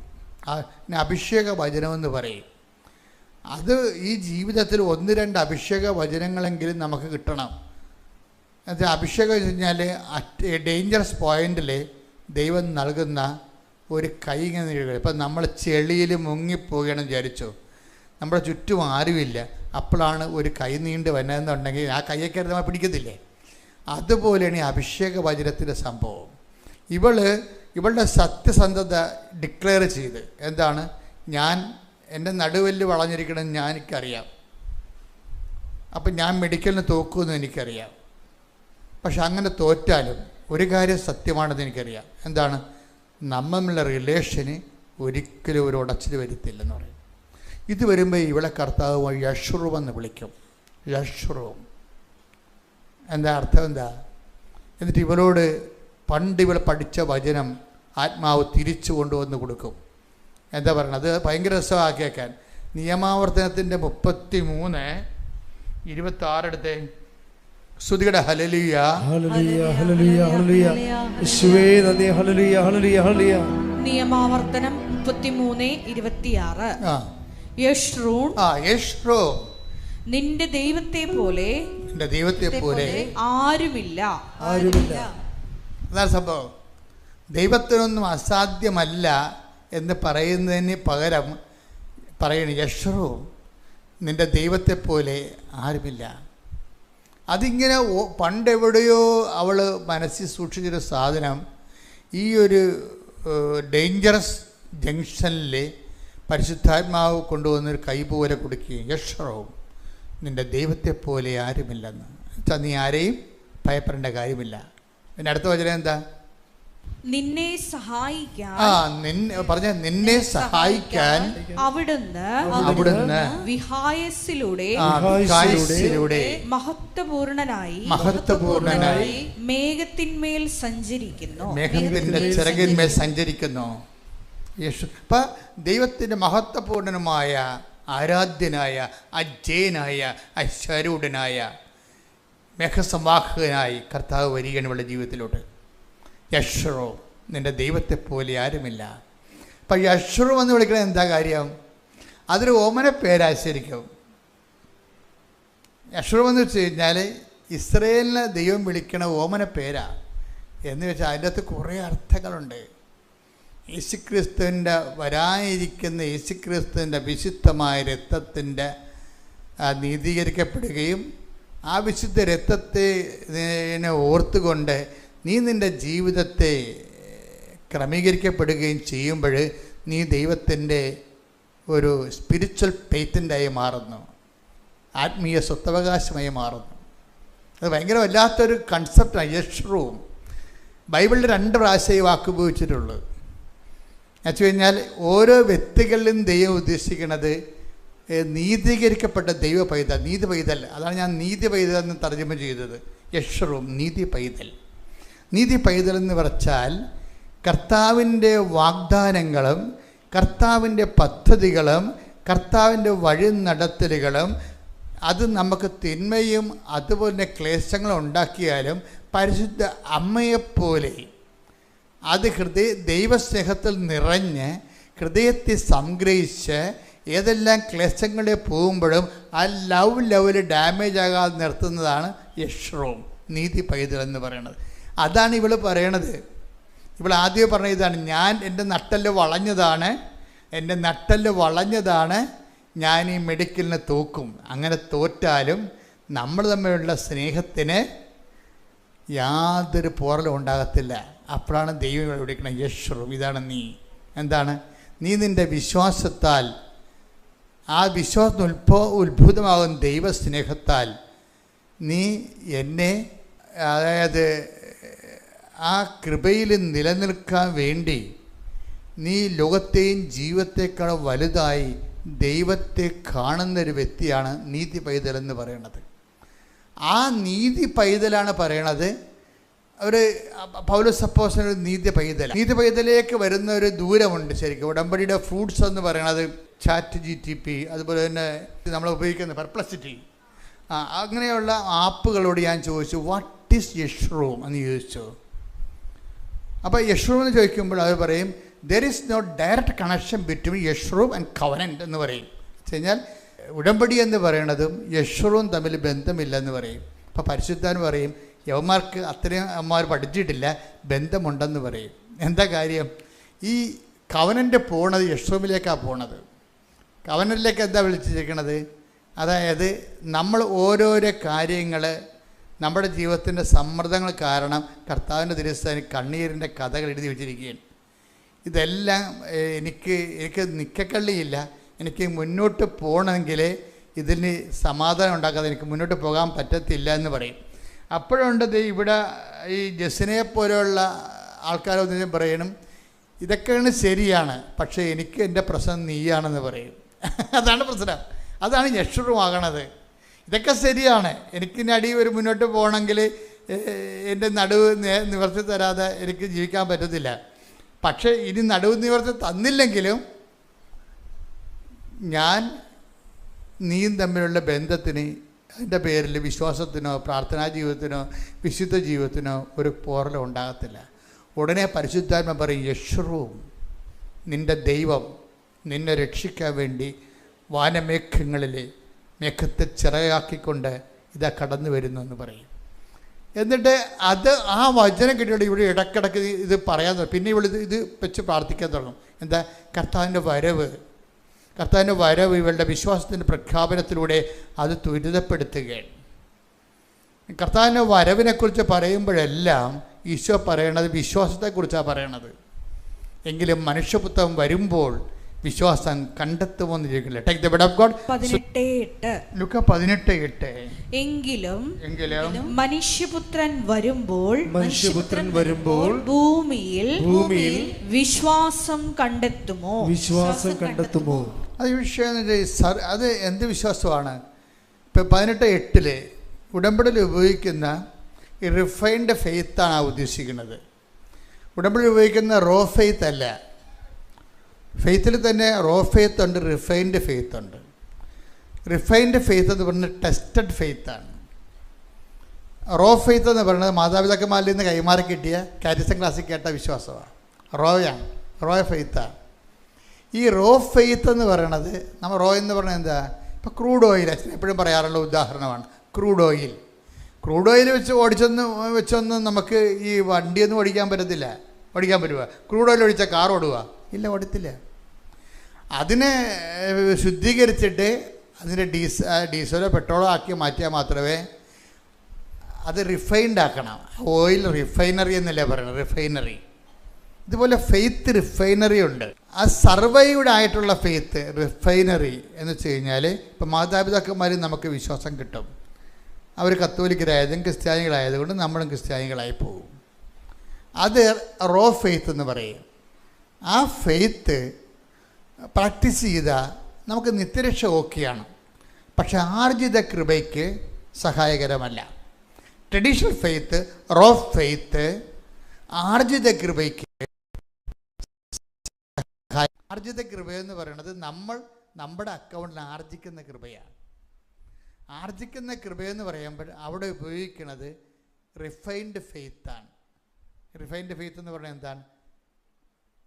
അഗ്നിപരീക്ഷകളെ അതിജീവിച്ച വിശ്വാസം. അതാണ് റിഫൈൻഡ് ഫെയ്ത്ത്, അതിജീവിത വിശ്വാസം. Take the word of God. സ്തുതിക്കട്ടെ. ഹല്ലേലൂയ, ഹല്ലേലൂയ, ഹല്ലേലൂയ, ഹല്ലേലൂയ, ഹല്ലേലൂയ. യേശുവേ നന്ദി. ഹല്ലേലൂയ, ഹല്ലേലൂയ. യേശുവേ ആരാധന, ആരാധന, ആരാധന. 1 പത്രോസ് 1:7. 1 പത്രോസ് 1:7. കാരണം അഗ്നിശോധനയെ അതിജീവിക്കുന്ന. അതാണ് കേട്ടാ പറഞ്ഞ അഗ്നിശോധന കാരണം കണ്ടില്ലേ? അല്ല, മാതാപിതാക്കന്മാരിൽ നിന്ന് പാരമ്പര്യ വിശ്വാസം കിട്ടിയാൽ അത് റോ ഫെയ്ത്താ. ഇനി ഇതിന് എന്ത് ചെയ്യണം? അഗ്നിശോധനകളാണ്, വേറെ മാർഗമൊന്നുമില്ല. കുളിച്ചാൽ ശരിയാകത്തില്ല. തീ തന്നെ വേണം ഇതിന് സംഭവം. അഗ്നിശോധന വേണം. അഗ്നിശോധന എന്ത് ചെയ്യണം? അതിജീവിക്കുകയും ചെയ്യണം. അഗ്നിശോധന കത്തിപ്പോയാൽ പോയി. അഗ്നിശോധനയെ പറഞ്ഞ് അഗ്നിശോധനയെ അതിജീവിക്കുന്ന. 1 പത്രോസ് 1:7. ഏറ്റു പറഞ്ഞ അഗ്നിശോധനയെ അതിജീവിക്കുന്ന നശ്വരമായ സ്വർണത്തേക്കാൾ വിലയേറിയതായിരിക്കും പരീക്ഷകളെ അതിജീവിക്കുന്ന നിങ്ങളുടെ വിശ്വാസം. പരീക്ഷകളെ അതിജീവിക്കണത് വിശ്വാസമുണ്ട്. പിന്നെ പരീക്ഷകളെ അതിജീവിക്കുന്ന പ്രത്യാശയുണ്ട്. പരീക്ഷകളെ അതിജീവിക്കുന്ന ദൈവസ്നേഹമുണ്ട്. ഈ പരീക്ഷകളെ അതിജീവിക്കുന്ന ദൈവസ്നേഹത്തിൻ്റെ നിലവാരത്തിലേക്കാണ് ഈ ജോസിന വളർന്നു വന്നിരിക്കുന്നത്. എന്താ പറയണത്? ഇവളെ കർത്താവുമായിട്ട് സെൽഫി എടുത്ത് സങ്കടം വരുമ്പോൾ ഈ സെൽഫി നോക്കി ആ ദൈവസ്നേഹത്തിൽ ജീവിക്കുന്നയാളാണ്. അപ്പോൾ അവൾ നേരത്തെ പറയുകയാണ്, എങ്ങാനും ഞാൻ എൻ്റെ നട്ടിൽ വളഞ്ഞിരിക്കണ കാരണം എനിക്ക് മെഡിക്കൽ ടെസ്റ്റ് കിട്ടിയില്ലെങ്കിൽ പറഞ്ഞ് ഞാൻ എൻ്റെ പേരിൽ നിൻ്റെ അടുത്ത് വാക്കിടാനോ വഴക്കുണ്ടാക്കാനോ പ്രാർത്ഥന കുറക്കാനോ ഒന്നും ഞാൻ തയ്യാറല്ല. അത് നേരത്തെ പറയണം. അതാണ് വിഷയം. മുൻകൂർ നടന്നിട്ട് പറയണം, നേരത്തെ പറയുകയാണ്. ജാമ്യം എടുക്കുകയാണ് ശരിക്കും പറഞ്ഞാൽ. എന്ന് വെച്ച് കഴിഞ്ഞാൽ ഈ മെഡിക്കലിന് തോക്കണത് കർത്താവിൻ്റെ സ്നേഹത്തിൽ നിന്ന് എന്നെ പിന്തിരിപ്പിക്കത്തില്ല. അതാണ് ഈ അതിജീവിത ദൈവസ്നേഹം എന്ന് പറയണത്. അതായത് നമ്മൾക്ക് എന്തെങ്കിലും പല ആൾക്കാരുടെയും വിശ്വാസത്തെയും ദൈവസ്നേഹത്തെയും ഒന്നും ദൈവം അംഗീകരിക്കണില്ല. അതാണ് ഏറ്റവും വലിയ പ്രശ്നം. ദൈവം ഈ റോ ഫെയ്ത്ത് ആണെങ്കിൽ ഇപ്പം അപ്പന്മാരിൽ നിന്ന് കിട്ടിയ വിശ്വാസമാണ്, അല്ലെങ്കിൽ പള്ളിയിൽ നിന്ന് കരിസ്യത്തിൽ കിട്ടിയ വിശ്വാസമാണെങ്കിൽ ദൈവം പറയും ഇറ്റ്സ് ഓക്കെ, അത് നിങ്ങൾക്ക് അതിൻ്റെ അകത്ത് മുതൽ മുടക്കമൊന്നും ഇല്ലല്ലോ എന്ന് പറയും. വാട്ട് ഈസ് യുവർ ഇൻവെസ്റ്റ്മെൻറ്റ് എന്ന് ചോദിക്കും. അത് ഭയങ്കര ചോദ്യമാണ്. അപ്പൻ്റെയൊക്കെ കിട്ടിയ വിശ്വാസമാണെന്ന് പറയുമ്പോൾ ദൈവം ചോദിക്കും വാട്ട് ഈസ് യുവർ ഇൻവെസ്റ്റ്മെൻറ്റ്. അപ്പോൾ നമ്മൾ പറയും ബബ്ബ ജബ ജബ, ഒരു സാധനം ഇല്ല എൻ്റെ അകത്ത്. അത് ഭയങ്കര ഗതികെട്ട ജീവിതമാണ്. നീ ഒരു 10ാം ക്ലാസ് കഴിഞ്ഞിട്ടും ഈ വിശ്വാസം കൊണ്ട് അപ്പനുണ്ടാക്കിയ വിശ്വാസം മാത്രമേ ഉള്ളെന്നുണ്ടെങ്കിൽ നിനക്ക് ഇനി അടുത്ത ടെസ്റ്റൊന്നും എഴുതാൻ പറ്റത്തില്ല. You are not eligible. അതാണ് വിഷയം. കാരണം 15 വയസ്സ് വരെയൊക്കെ ഓക്കെയാണ്. 12 വയസ്സാണ് സുവിശേഷത്തിലെ വയസ്സെന്ന് പറയണത്. കർത്താവ് തർക്കിക്കാൻ പോയത് എന്നാണ്. 12 വയസ്സിലല്ലേ? അപ്പം 12 വയസ്സാണ് ഇതിൻ്റെ അകത്ത് ഈ അപ്പൻ്റെ അമ്മയുടെയും വിശ്വാസം സൂക്ഷിക്കാൻ പറ്റുന്നൊരു കാലം. 13ാം വയസ്സിൽ നീ കയറിക്കഴിഞ്ഞാൽ സ്വന്തം വിശ്വാസം വെക്കേണ്ടി വരും. നീ പ്രാർത്ഥിക്കുക, പറയും നിൻ്റെ വിശ്വാസം വെക്കാൻ പറയും. എൻ്റെ വിശ്വാസം ഒന്നും ആയില്ലെന്ന് പറയും. എന്താ കാര്യം? അതായത് നിൻ്റെ വിശ്വാസം നിനക്ക് വേണമെങ്കിൽ 1ാം ക്ലാസ് മുതൽ വെക്കാവുന്നേ ഉള്ളൂ. കാര്യം 1ാം ക്ലാസ്സിൽ നിൻ്റെ അടുത്തിരുന്ന് പരീക്ഷ എഴുതുന്ന കുഞ്ഞിനെ നിന്നേക്കാൾ നീ പഠിച്ചിട്ടും അത്രയും മാർക്ക് എത്താൻ കഴിഞ്ഞില്ലെങ്കിൽ അവൻ നിന്നെ 1 മാർക്ക് വെച്ച് നിന്നെ ആക്കാൻ നോക്കുകയും നിൻ്റെ ക്ലാസ് ടീച്ചർ ചിലപ്പോൾ നിന്നെ ഇഡിയറ്റ് ബസ്റ്റാർഡെന്നൊക്കെ വിളിക്കും മാർക്ക് കുറയുമ്പോൾ. അവരുടെ പ്രശ്നം എന്ന് വെച്ച് കഴിഞ്ഞാൽ അവിടെ ക്ലാസ്സിലൊരു 90% മാർക്കുള്ള 5 പിള്ളേരുടെ കൂട്ടത്തിൽ നിന്നെ അവരിപ്പോൾ എടുത്തിട്ടുണ്ട്. അത് നീ അത് വരാൻ പറ്റാത്തതുകൊണ്ടാണ് അവർ തോന്നിയ മാസം വിളിക്കണത്. അവിടെ ഉള്ളിലൊരു സ്നേഹവും ഒരു കരുതലും ഒക്കെ ഉണ്ട്. പക്ഷെ അത് അവർ പ്രകടിപ്പിക്കണ തക്ക വിളിച്ചുകൊണ്ടായിരിക്കും. അത് നമുക്കറിയാൻ പറ്റത്തില്ല. അപ്പോൾ അതുകൊണ്ട് തന്നെ ഈ വിഷയം നമ്മൾ 1-2 ക്ലാസ്സിനെ എവിടെയെങ്കിലും തോറ്റാലും എൻ്റെ മക്കൾ ഏറ്റവും വലിയ പ്രശ്നമെന്ന് പറയണത് ഒരു ഇൻസിഡൻ്റ് അനന്തരമായിട്ടുള്ള ആത്മീയത, ഒരു വിഷയാനന്തരാധ്യായ ഇപ്പം വിഷയാനന്തര ആധ്യാത്മികത ഒരു പ്രധാനപ്പെട്ട വിഷയമാണ്. അത് പ്രത്യേകിച്ച് ഒരു നെഗറ്റീവ് ഇൻസിഡൻറ്റ് നിങ്ങളുടെ ജീവിതത്തിൽ സംഭവിച്ചതിന് ശേഷം അവശേഷിക്കുന്ന നിങ്ങളുടെ അപ്പൻ മരിച്ചു അല്ലെങ്കിൽ അമ്മ മരിച്ചു. ഇതൊക്കെ നേരത്തെ നിങ്ങളെ അപ്പനും അമ്മയും നമുക്ക് അമ്മ ആവട്ടെ തന്നെ വിളിച്ചിട്ട് കാര്യമൊന്നുമില്ല. ആദ്യമേ തന്നെ ബോധവും ബുദ്ധിയുള്ളപ്പോൾ തന്നെ നിങ്ങൾ മനസ്സിലാക്കണം, ഈ ആൾക്കാരെല്ലാവരും ഇന്നല്ലെങ്കിൽ നാളെ ഗുഡ് ബൈ പറഞ്ഞ് പിരിയേണ്ടതാണ്. അത് ക്ലിയർ ആദ്യമേ ചിന്തിക്കണം നമ്മൾ. ഇപ്പം ഞാൻ എൻ്റെ അപ്പനും അമ്മയും കൂടി ഇരിക്കുന്ന സമയത്ത് ഞങ്ങൾ ഭയങ്കരമായ ഒരു വിഷമ കാലത്ത് ജീവിക്കുകയാണ്. അപ്പം ഞാനപ്പം 4ാം ക്ലാസ്സിൽ പഠിക്കുകയാണ്. അപ്പം അപ്പനും അമ്മയും ഉണ്ട് കൂടെ. അപ്പം ഞാൻ പറയും നമുക്ക്, അപ്പം അന്ന് ഞങ്ങൾക്ക് നല്ല വീടൊന്നുമില്ല. അപ്പം ഞാൻ പറയും സാരമില്ല, ഞാൻ വലുതാകുമ്പോൾ നിങ്ങൾക്ക് സിമിത്തേരി നല്ല വീട് കെട്ടിത്തരാമെന്ന് പറയും. എന്നിട്ട് അപ്പനത് ഒരു 4-5 കൊല്ലം പറഞ്ഞുകൊണ്ടിരിക്കണം. ഇപ്പം പറഞ്ഞു കേട്ടല്ലേ എനിക്ക് സിമിത്തേരി വീട് കെട്ടാമെന്ന് പറഞ്ഞിരിക്കണമെന്ന്. പക്ഷേ എനിക്കും ഈ ആൾക്കാർ മരിക്കുന്നതിനെക്കുറിച്ച് ഐഡിയ ഉണ്ടായിരുന്നു. അപ്പോൾ അതുപോലെ തന്നെ സംഭവിച്ചു. 10ാം ക്ലാസ് ആകുമ്പോൾ തന്നെ അപ്പം മരിച്ചുപോയി. നിങ്ങൾ പല ആൾക്കാരും ഇങ്ങനെ ആരെങ്കിലും പ്രിയപ്പെട്ടവർ പിരിഞ്ഞു പോയിട്ടുണ്ടെങ്കിൽ ആ കാര്യവും പറഞ്ഞുകൊണ്ട് പിന്നെ കണ്ണീര് ഒലിപ്പിച്ചുകൊണ്ട് ജീവിതകാലം മുഴുവൻ നടക്കും. ഈ ഒരു സാധനത്തെ നിർത്തി കത്തിക്കും ദൈവം. കാര്യം എന്താണെന്ന് വെച്ചാൽ വിഷയം അതായത് ഈ വന്നു കയറിയ ആൾക്കാർ എപ്പോഴായാലും ഇറങ്ങിപ്പോകും. ഒരു സംശയമില്ല അതിൻ്റെ അകത്ത്. ഇതിനകത്ത് വരുന്ന വിഷയം എന്ന് പറയുന്നത് എല്ലാ കാര്യവും അങ്ങനെയാണ്. സൗന്ദര്യം കുറച്ച് കഴിയുമ്പോൾ ഇറങ്ങിപ്പോവും. എന്തെല്ലാം ആർജിച്ചിട്ടുണ്ടോ അതെല്ലാം ഇറങ്ങിപ്പോവും. നമ്മളെങ്ങനെ പിടിച്ചു വെച്ചാലും ഇറങ്ങിപ്പോവും. അപ്പം അതുകൊണ്ട് ഈ സാധനം ഇറങ്ങിപ്പോകുന്ന ആദ്യമേ നമ്മൾ കൗണ്ട് ചെയ്താൽ പ്രശ്നം തീർന്ന്. വന്നവരെല്ലാം പോകേണ്ടവരാണെന്ന്, വന്നതെല്ലാം പോകേണ്ടതാണെന്ന് ഒരു ധാരണ ഉണ്ടാകണം. അതിൻ്റെ പേരിൽ ദൈവത്തിൻ്റെ മേക്കെട്ട് കയറരുത്. കുറേ പന്നികളുടെ സ്ഥിരം ബിസിനസ് ഇതാണ്. എന്തെങ്കിലും ഇടറുണ്ടായാൽ ഉടനെ പ്രാർത്ഥന മുടക്കും, ഉടനെ പള്ളിപ്പോക്ക് മുടക്കും, ഉടനെ കുമ്പസാരം മുടക്കും, ഉടനെ കുർബാന മുടക്കും. അപ്പം തോറ്റില്ലേ നമ്മൾ? ദൈവം എന്താണ് കൊതിക്കണത് നിങ്ങൾക്കറിയാവോ? ദൈവം കൊതിക്കണത് ഇത് കഴിഞ്ഞിട്ട് എന്താണ് പെർസിസ്റ്റ് ചെയ്തിരിക്കണത്. ഈ ശോധന കഴിഞ്ഞതിന് ശേഷം, ഈ പരീക്ഷണം കഴിഞ്ഞതിന് ശേഷം അതിജീവിച്ചിരിക്കണത് എന്താണെന്ന് നോക്കൂ. എൻ്റെ ദൈവവേദന അതിൽ ഒത്തിരി ആൾക്കാരും. അതുകൊണ്ടാണ് ഈശോ ചോദിക്കണത്, മനുഷ്യപുത്രൻ വരുമ്പോൾ ഭൂമിയിൽ വിശ്വാസം കണ്ടെത്തുമോ? അപ്പോൾ ഈ കണ്ട ആൾക്കാരെല്ലാം കൂടി തർജ്ജമ ചെയ്ത് വെച്ചിരിക്കുന്നതും വ്യാഖ്യാനിച്ചിരിക്കുന്നതും ഈ പറഞ്ഞ അന്ത്യകാലങ്ങളിൽ കർത്താവ് വരണ കാര്യം. അന്ത്യകാലങ്ങൾ വരണ മാത്രമല്ല, ദൈവം നമ്മുടെ ജീവിതത്തിലേക്ക് വരുന്നതിന് മുമ്പ് ആദ്യം ടെസ്റ്റ് ചെയ്യണത് വിശ്വാസമായിരിക്കും. ദൈവം എങ്ങനെയും വരാമല്ലോ ദൈവത്തിന്. നിനക്കൊരു പ്രൊമോഷൻ തന്നുകൊണ്ട് നിനക്ക് ദൈവത്തിന് വരാം. നിനക്ക് തരാനുള്ള പ്രൊമോഷൻ കളഞ്ഞുകൊണ്ടും ദൈവത്തിന് വരാം. അതുകൊണ്ടാണ് അവൾ അങ്ങനെ പറയണത്, ജോസിനെ അങ്ങനെ പറയണത്. ഞാൻ വളഞ്ഞ നട്ടലുമായിട്ടാണ് ഞാൻ ടെസ്റ്റും കഴിഞ്ഞ് ഇറങ്ങണമെങ്കിലും നമ്മൾ തമ്മിലുള്ള സ്നേഹത്തിന് യാതൊരു കുഴപ്പമുണ്ടാകത്തില്ലെന്ന് പറയും. എന്താണ് ആ വിശ്വാസം, ആ സ്നേഹം? അതുപോലെ തന്നെ കാര്യം എൻ്റെ സ്നേഹം, നമ്മളുള്ള സ്നേഹം എൻ്റെ വളഞ്ഞ നട്ടലിൽ അടിസ്ഥാനപ്പെടുത്തിയല്ലേ ഇരിക്കണത്. അത് നമ്മൾ തമ്മിലുള്ള ആന്തരികമായ ബന്ധമാണത്. ഇതാണ് അതിജീവിത വിശ്വാസം എന്ന് പറയണത്. എൻ്റെ ദൈവത്തിൽ ഇതുപോലെ ഇപ്പം എന്ത് സംഭവം എന്നറിയാവോ? ഉള്ള എക്സ്റേ മുഴുവനും ഇങ്ങനെ വളഞ്ഞ നട്ടലുമായിട്ട് ഇരിക്കുകയാണ്. എന്നിട്ട് 2 റിജക്റ്റായി. മൂന്നാമത്തെ കയറാൻ പോകുമ്പോഴാണ് ഈ ഡയലോഗ് ഫിറ്റ് ചെയ്യണത്. പക്ഷേ ഇവിടെ ഇറങ്ങി വരുമ്പോഴുണ്ടല്ലോ നട്ടല് നേരെയാകും.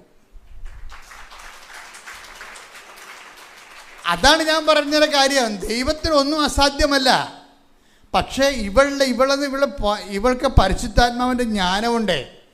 ഇവൾ ഈ ഡയലോഗ് ആദ്യമേ പറഞ്ഞപ്പോൾ തന്നെ സംഗതി അവൾ ജയിച്ചു. അവിടെ വളഞ്ഞ നട്ടല് നേരെയായി. എന്താ കാര്യം? ഈ വിഷയത്തിൻ്റെ പേരിൽ എൻ്റെ നട്ടല് വളഞ്ഞിരുന്നാൽ പോലും നമ്മളുടെ സ്നേഹത്തിന് യാതൊരു കുഴപ്പമുണ്ടാകത്തില്ലെന്ന്. അപ്പോൾ ഉടനെ എന്താ പറയുക? യഷ്റൂം എന്ന് വിളിക്കും. യഷ്റൂം, ഇതാണ് യഷ്റൂം. എന്താ കാര്യം? എന്താ? നീ എന്നെ കിട്ടിയ ഭൗതിക ആനുകൂല്യങ്ങളുടെ ഏറ്റക്കുറച്ചിൽ വെച്ച് നീ എന്നെ അളന്നില്ല യഷ്റൂം. നിൻ്റെ സ്നേഹം നിൻ്റെ ഭൗതിക ആനുകൂല്യത്തൊക്കെ വലുതായി നീ എന്നെ കണ്ടു. അതുകൊണ്ട് വാനമേഘങ്ങളിലൂടെ മേഘത്തിന് ചിറക് വീശി നിൻ്റെ കൈപിടിക്കാൻ നട്ടല് നേരെയാക്കാൻ ഞാൻ വരുന്നു. ആ അഭിഷേക വചനം ഇങ്ങനെ തിരിച്ചു വരികയും, ഈ അഭിഷേക വചനം ജീവിതത്തിൽ എപ്പോഴെങ്കിലും ഒരു അനോയിൻറ്റഡ് വേർഡ് കിട്ടണം. Anointed word. ഈ അഭിഷേക വചനത്തിൻ്റെ പ്രത്യേകത, ഉടമ്പടിക്കാരോടെ ഇത് പറഞ്ഞിട്ട് കാര്യമുള്ളൂ. കാര്യം ഇന്നത്തെ കാലത്ത് ആധ്യാത്മിക അവസാന വാക്കാണ് ഉടമ്പടി. മനുഷ്യൻ ദൈവത്തെ സ്നേഹിച്ചും ദൈവത്തിന് വേണ്ടി ജീവിച്ചുമൊക്കെ ഐതിഹാസികമായ സുവിശേഷ സാക്ഷ്യം ഇന്ന് നിറവേറ്റി സാക്ഷ്യം പറയണ ആരാണ്? ഉടമ്പടിയിലുള്ള ആൾക്കാരെ പറയണത്. അവർക്ക് ഭയങ്കര സാധ്യതയാണ് ഉള്ളത്. എന്താ കാര്യം? അവർ വാക്കിലും പ്രവൃത്തിയിലും ദൈവത്തെ സ്നേഹിച്ചും സുവിശേഷ സാക്ഷ്യം പറഞ്ഞുകൊണ്ടും ഒരു ആധ്യാത്മിക മുന്നേറ്റത്തിലാണ് വരണത്. ഈ മുന്നേറ്റത്തിലും വരുന്ന ആൾക്കാർ പറയുന്ന വാക്കുകളൊക്കെ ചില സമയത്തൊക്കെ നമ്മളെ ഞെട്ടിപ്പിച്ച് കളയും. എന്താ കാരണം വെച്ച് കഴിഞ്ഞാൽ, ഈ നമുക്ക് ദൈവം നമ്മുടെ കൂടെ വസിക്കുന്ന കുറേ രീതികളുണ്ട്. അതിലൊന്ന് അഭിഷേക വചനമാണ്. അഭിഷേക വചനം ഇപ്പം നമ്മൾ സുഗന്ധാഭിഷേകം എന്ന് നമ്മൾ പറയും അല്ലേ, അതും ഒരു ദൈവസാന്നിധ്യത്തിൻ്റെ മാർഗമാണ്. ഇതുപോലെ തന്നെ നമ്മുടെ ദൈവം നമ്മൾ വസിക്കുന്ന സംഭവമാണ് അഭിഷേക വചനം. അഭിഷേക വചനം എന്ന് പറയുമ്പോൾ നിങ്ങളിങ്ങനെ ദൈവത്തെ സ്നേഹിച്ചും, ഇപ്പോൾ അരമണിക്കൂർ ഉടമ്പടി വചനം വായിക്കണമല്ലോ. ചില ആൾക്കാർ 1 മണിക്കൂർ വായിക്കും, ചില ആൾക്കാർ 5 മിനിറ്റ് വായിച്ചിട്ട് മടക്കി വെച്ചിട്ട് വീട്ടിൽ പോകും. അതാ വിഷയം. പലരും പല രീതിയിലാണ് കാണുന്നതേ. അപ്പം ചിലർ പറയും ഞങ്ങളൊക്കെ പണ്ട് ഇതൊക്കെ ചെയ്യാനാണ്, നിങ്ങളാണ് ഇതൊക്കെ പുതിയതായിട്ട് കണ്ടുപിടിച്ചിരിക്കണത്, നിങ്ങൾ അതൊന്നും കണ്ടുപിടിച്ചതല്ല. പണ്ട് ചെയ്തോ ഇപ്പം ചെയ്തോ അല്ല പ്രശ്നം, എന്ത് ചെയ്തു എന്നല്ല പ്രശ്നം, എങ്ങനെ ചെയ്തു എന്നാണ് വിഷയം. ഓരോ വചനം കേൾക്കുമ്പോഴും ആ വചനത്തിലൂടെ ദൈവം നമ്മളോട് സംസാരിക്കുന്നു. ആ ദൈവത്തിൻ്റെ സംസാരം തക്ക സമയത്ത് നമുക്ക് ഉപകരിക്കാൻ വേണ്ടി അത് അനോയിൻറ്റഡ് വേർഡ് പോലെ നമ്മുടെ ഉള്ളിൽ ദൈവം നിക്ഷേപിക്കും. എന്നിട്ട് സമയമാകുമ്പോൾ ഇതിങ്ങനെ ഓപ്പണായിട്ട് വരും. സമയമാകുമ്പോഴാണ് അത് ഓപ്പണായിട്ട് വരണത്. നിങ്ങളുടെ ന്യായാധിപ സംഘം നിൽക്കുമ്പോഴേ എന്ത് സംസാരിക്കണമെന്ന് മുൻകൂട്ടി ചിന്തിക്കേണ്ട. നിങ്ങൾ പറയേണ്ടത് എന്താണ്, ആ സമയത്ത് അറിവ് നൽകും. Take the bed of God. ശ്രദ്ധിക്കട്ടെ. ഹല്ലേലൂയ. മത്തായി 10:19. മത്തായി 10:19. അവർ നിങ്ങളെ ഏൽപ്പിച്ചു കൊടുക്കുമ്പോൾ എങ്ങനെ പറയണമെന്നോ എന്തു പറയണമെന്നോ നിങ്ങൾ ആകുലപ്പെടേണ്ട. നിങ്ങൾ പറയേണ്ടത് ആ സമയത്ത് നിങ്ങൾക്ക് നൽകപ്പെടും. അപ്പോൾ ഈ ഒരു ടൈം വരുമ്പോൾ ഇതുപോലെ നമ്മളൊരു പ്രത്യേക ക്രഷിലൂടെ, അതുവെച്ചാൽ നിങ്ങൾ പറയുന്ന ക്രഷല്ല. പണ്ട് ക്രഷിൻ്റെ അർത്ഥം ഇന്നത്തെ ക്രഷിൻ്റെ അർത്ഥമല്ല. പണ്ട് ആൾക്കാർ ഞെരുക്കത്തിലാണ് ക്രഷിംഗ് എന്ന് പറയുന്നത്. ഇന്ന് ആൾക്കാർക്കാണ് ആകർഷണത്തിലാണ് ക്രഷ് എന്ന് പറയുന്നത്. ഭയങ്കരമായ വാക്കിന് ഭയങ്കര വ്യത്യാസം വന്നിട്ടുണ്ട്. അപ്പോൾ എന്താ പ്രശ്നം വെച്ച് കഴിഞ്ഞാൽ, ഞെരുക്കത്തിൻ്റെ സമയത്ത് അടക്കം ചെയ്യപ്പെട്ട അഭിഷേക വചനങ്ങൾ വാതിൽ തുറക്കും. എന്നിട്ട് അതാണ് പറയുന്നത്, ആ സമയത്ത്. അതാണ് ഈ വചന വായനയുള്ള ഗുണം. അതാണ് വചനം വായിക്കുമ്പോൾ ഒരു ഇൻഫർമേഷന് വേണ്ടി വായിക്കരുത്, ഒരു ട്രാൻസ്ഫർമേഷന് വേണ്ടി വായിക്കണം. ഇൻഫർമേഷൻ എന്ന് പറഞ്ഞാൽ എന്താണ്? അറിവ് സമ്പാദിക്കാൻ വേണ്ടി. ട്രാൻസ്ഫോർമേഷൻ എന്താണ്? വചനം കേട്ടിട്ട് നമ്മൾ തന്നെ ദൈവത്തിൻ്റെ സ്നേഹത്തിൽ നിറയാൻ നമ്മളെ തന്നെ മാറ്റാൻ വേണ്ടി വായിക്കണം. ഈ ട്രാൻസ്ഫോർമേഷന് വേണ്ടി വചനം വായിച്ചാൽ അഭിഷേക വചനങ്ങൾ ഉണ്ടായിക്കൊണ്ടിരിക്കും. അഭിഷേക വചനം എന്ന് പറയണത് ഒരു വചനത്തിലൂടെ ദൈവം നമ്മളോട് എപ്പോൾ ഇടക്കിടക്ക് ആ ഒരു മീഡിയ ഉപയോഗിച്ചുകൊണ്ട് ഇൻട്രാക്ട് ചെയ്തുകൊണ്ടിരിക്കും. ഇതാണ് ഇവളോട് പറഞ്ഞ യശ്രൂമിൻ്റെ വചനമില്ലേ, അതാണ്. കഴിഞ്ഞ ദിവസങ്ങളിൽ ഞാനങ്ങനെ പെട്ടെന്നങ്ങനെ ചെയ്യുന്നപ്പോൾ ഒരു വചനം എൻ്റെ മനസ്സിൽ വന്ന്, എന്താണ്? നിൻ്റെ നിർമ്മലൻ അഴിഞ്ഞു പോകാൻ അനുവദിക്കുകയില്ല. അത് എത്രയോ പ്രാവശ്യം നമ്മൾ കേട്ടതാ, എത്രയോ കുരിശിൻ്റെ വഴികളിൽ 10,000 പ്രാവശ്യം കേട്ടു. പക്ഷെ ഇപ്പോൾ കർത്താവ് നേരിട്ട് സംസാരിച്ചപ്പോൾ ഞാൻ രണ്ടാമത് പോയി നോക്കി, എന്താണ്? നിൻ്റെ നിർമ്മലൻ. Take the word of God. ശ്രദ്ധിക്കട്ടെ. ഹല്ലേലൂയ, ഹല്ലേലൂയ, ഹല്ലേലൂയ. യേശുവേ നന്ദി. ഹല്ലേലൂയ, ഹല്ലേലൂയ, ഹല്ലേലൂയ, ഹല്ലേലൂയ, ഹല്ലേലൂയ. ആരാധന, ആരാധന. 16-ാം സങ്കീർത്തനം 10-ാം തിരുവചനം. സങ്കീർത്തനം 16:10. അവിടുന്ന് എന്നെ പാതാളത്തിൽ തള്ളുകയില്ല, എന്നെ പാതാളത്തിൽ തള്ളുകയില്ല. അങ്ങയുടെ പരിശുദ്ധൻ ജീർണിക്കാൻ അനുവദിക്കുകയില്ല. അപ്പൊ ഈ വാക്കാണ്, എൻ്റെ നിർമ്മലൻ അഴിഞ്ഞു പോകാൻ അനുവദിക്കുകയില്ല. ഇത് പെട്ടെന്ന് എൻ്റെ മനസ്സിലേക്ക് വന്നതാ. ഒരു പ്രത്യേകമായ ഒരു വിഷയത്തെക്കുറിച്ച് ഞാനിങ്ങനെ ആശങ്കപ്പെട്ടുകൊണ്ടിരിക്കുകയാണ്. ഇവരോടൊക്കെ ഒന്നും ഷെയർ ചെയ്യാൻ പറ്റാത്തൊരു വിഷയമായിരുന്നു. ഞാനുമായിട്ട് ബന്ധപ്പെട്ടതുമാണ്, ഈ പ്രസ്ഥാന ശുശ്രൂഷയുമായിട്ട് ബന്ധപ്പെട്ട വിഷയമാണ്. ഈ വിഷയത്തിൻ്റെ റീഡിങ് എങ്ങനെ പോകുന്നു, കർത്താവ് വിഷയത്തിൽ എന്ത് തീരുമാനം എടുക്കും എന്ന് ഞാൻ കർത്താവിനോട് ആലോചന ചെയ്തുകൊണ്ടിരിക്കുന്ന സമയത്താണ് ഈ വചനം വരണത്. ഇതിന് അഭിഷേക വചനം എന്ന് പറയണത് എന്താണ്? നിൻ്റെ നിർമ്മലൻ അഴിഞ്ഞു പോകാൻ അനുവദിക്കുകയില്ല. ഈ ലോകത്ത് സംഭവിക്കുന്ന വിഷയങ്ങളെ ദൈവം കെട്ടുക, അഴിക്കുക എന്നുള്ള വാക്കിലാണ് വെക്കണത്. അതായത് നമ്മൾ തകർച്ച എന്നൊക്കെ പറയാം അല്ലേ? കരിസ്മാറ്റിക് ആരുമ്പോഴേ പറയണത് തകർച്ച, മുറിവെന്നൊക്കെ പറയത്തില്ലേ? പക്ഷെ അതിൻ്റെ അഭിഷേക തലത്തിൽ അത് വരണത് അഴിച്ചിലെന്നാണ് പറയണത്. അഴിച്ചിലും കെട്ടലും എന്ന് പറയും. കർത്താവ് ഉപയോഗിക്കുന്ന വാക്ക് അഴിച്ചിലാണ്. അപ്പോൾ ഇതിൻ്റെ വിഷയം എന്ന് പറയണത് ദൈവം ഈ വിഷയത്തിൽ തീരുമാനം എടുക്കാൻ നേരത്ത് പറയും, നിൻ്റെ നിർമ്മലൻ, എൻ്റെ നിർമ്മലൻ അഴിഞ്ഞു പോകാൻ അനുവദിക്കുക. പ്രൊട്ടക്ഷനാണ് സംഭവം. എന്ന് വെച്ചാൽ കർത്താവ് നിങ്ങളെ സംരക്ഷിക്കുമെന്നായി പറയണത്. ഈ വിഷയത്തിൽ കർത്താവ് ഇത് ഏറ്റെടുക്കും എന്ന് പറയണം. ഇതൊരു അഭിഷേക വചനമാണ്. അഭിഷേക വചനം പറയും, ഇതിപ്പോൾ എല്ലാവർക്കും വേണ്ടതാണിത്.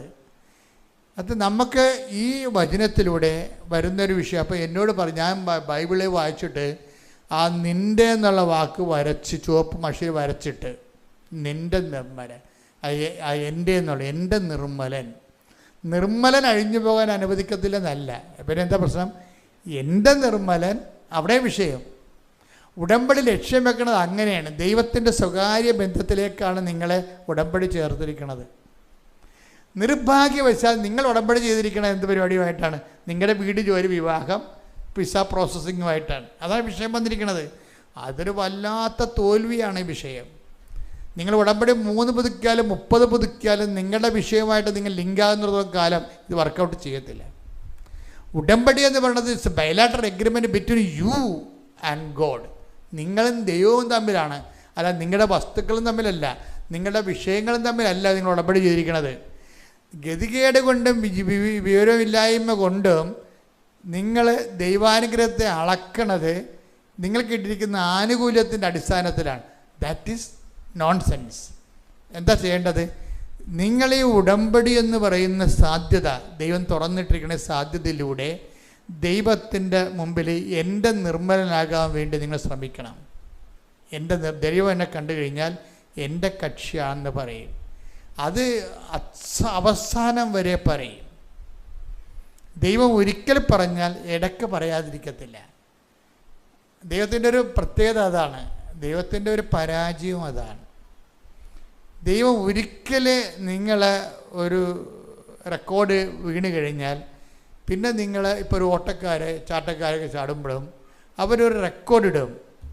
ഇപ്പം 53 ഇഞ്ചെന്നൊക്കെ പറഞ്ഞ് റെക്കോർഡ് ഇട്ട് കഴിഞ്ഞാൽ അതാണ് 58 ഇഞ്ചാണ് നിങ്ങൾ ചാടിയെങ്കിൽ പിന്നെ നിങ്ങൾ വയസ്സാകുന്ന അനുസരിച്ചിട്ട് നിങ്ങൾക്ക് അത്രയും ചാടാൻ പറ്റത്തില്ല. അതായത് മനുഷ്യൻ ഒരിക്കലിട്ട റെക്കോർഡ് അവന് എല്ലാ കാലത്തും കീപ്പ് ചെയ്യാൻ പറ്റത്തില്ല. അവന് പ്രായമാകുന്നതനുസരിച്ചിട്ട് അത് കീപ്പ് ചെയ്യാൻ പറ്റത്തില്ല. പക്ഷെ ദൈവം കൗണ്ട് ചെയ്യണത് എന്തായിരിക്കും?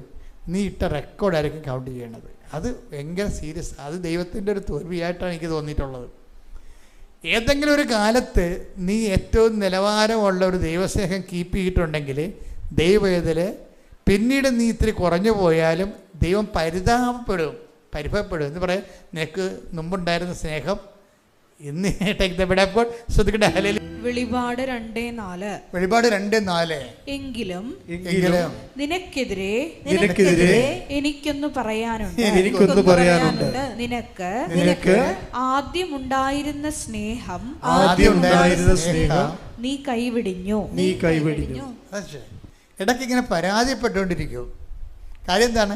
ആദ്യം ഉണ്ടായിരുന്ന സ്നേഹത്തെ റെക്കോർഡ് ചെയ്തിരിക്കുകയാണ്. അത് ദൈവം. അപ്പം നമ്മുടെ മുമ്പിലുള്ളൊരു വിഷയം എന്താണെന്നറിയാമോ? നിങ്ങളൊരു നല്ല കണ്ണും കാണാപ്പഴ ചെയ്യും കേൾക്കാം ജീവിക്കുകയും ചെയ്യാം ഉള്ള കാലത്ത്, നല്ല കാലത്ത് നല്ല റെക്കോർഡ് ഇടാൻ നോക്കണം. അതാണ് നമ്മുടെ ഉടമ്പടി. നിങ്ങൾ ലക്ഷ്യം വെക്കേണ്ടത് അതാണ്. സാർ, ഉടമ്പടി നല്ല ആരോഗ്യവും അത്യാവശ്യം ബുദ്ധിയും ബോധമൊക്കെ വർക്ക് ചെയ്യണ കാലത്ത് ഒരു റെക്കോർഡ് ഇടണം ദൈവത്തിരുസന്നിധിയിൽ. ദൈവസ്നേഹത്തിൻ്റെ റെക്കോർഡ്. ദൈവസ്നേഹത്തിൻ്റെ റെക്കോർഡെന്ന് പറയുമ്പോൾ അതിന് ഈ റോമർ 8:35 വെച്ചാണ്. എന്തൊക്കെയാണ് റോമർ 8:35? എന്തൊക്കെയാണ്? അവിടെയെല്ലാം ദൈവസ്നേഹത്തിന് നമ്മൾ അനുഭവിക്കുന്ന നെഗറ്റീവ് അനുഭവത്തെക്കാൾ മുകളിൽ നിർത്തുമ്പോഴാണ് റെക്കോർഡ് വീഴണത്. വായിച്ച് റോമർ 8. ക്രിസ്തുവിന്റെ സ്നേഹത്തിൽ നിന്ന് ആര് നമ്മെ വേർപെടുത്തും?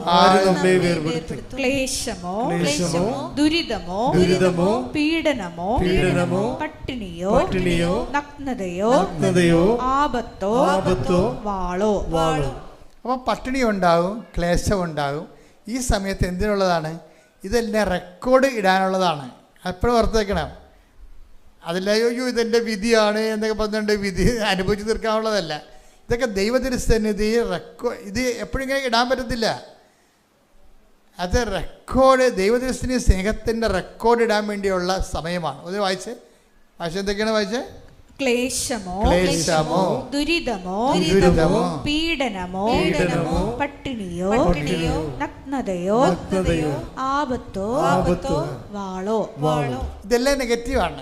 ആപത്ത്, വാള്, അല്ലേ, രോഗം, പട്ടിണി, ക്ലേശം, ഇതെല്ലാം നെഗറ്റീവാണ്. അപ്പം നീ ഇപ്പം നിൻ്റെ ഭർത്താവ് അല്ലെ ഭാര്യ ഇട്ടച്ചും പോയി നിന്നെ നീ ചിന്തിച്ചു കഴിഞ്ഞാൽ ഒരു കാര്യമില്ല. ഒരു വാശിപ്പുറം പോയതാ, പിന്നെ വാശി പിടിച്ച് അങ്ങോട്ടും ഇങ്ങോട്ടും നിൽക്കുകയാണ്.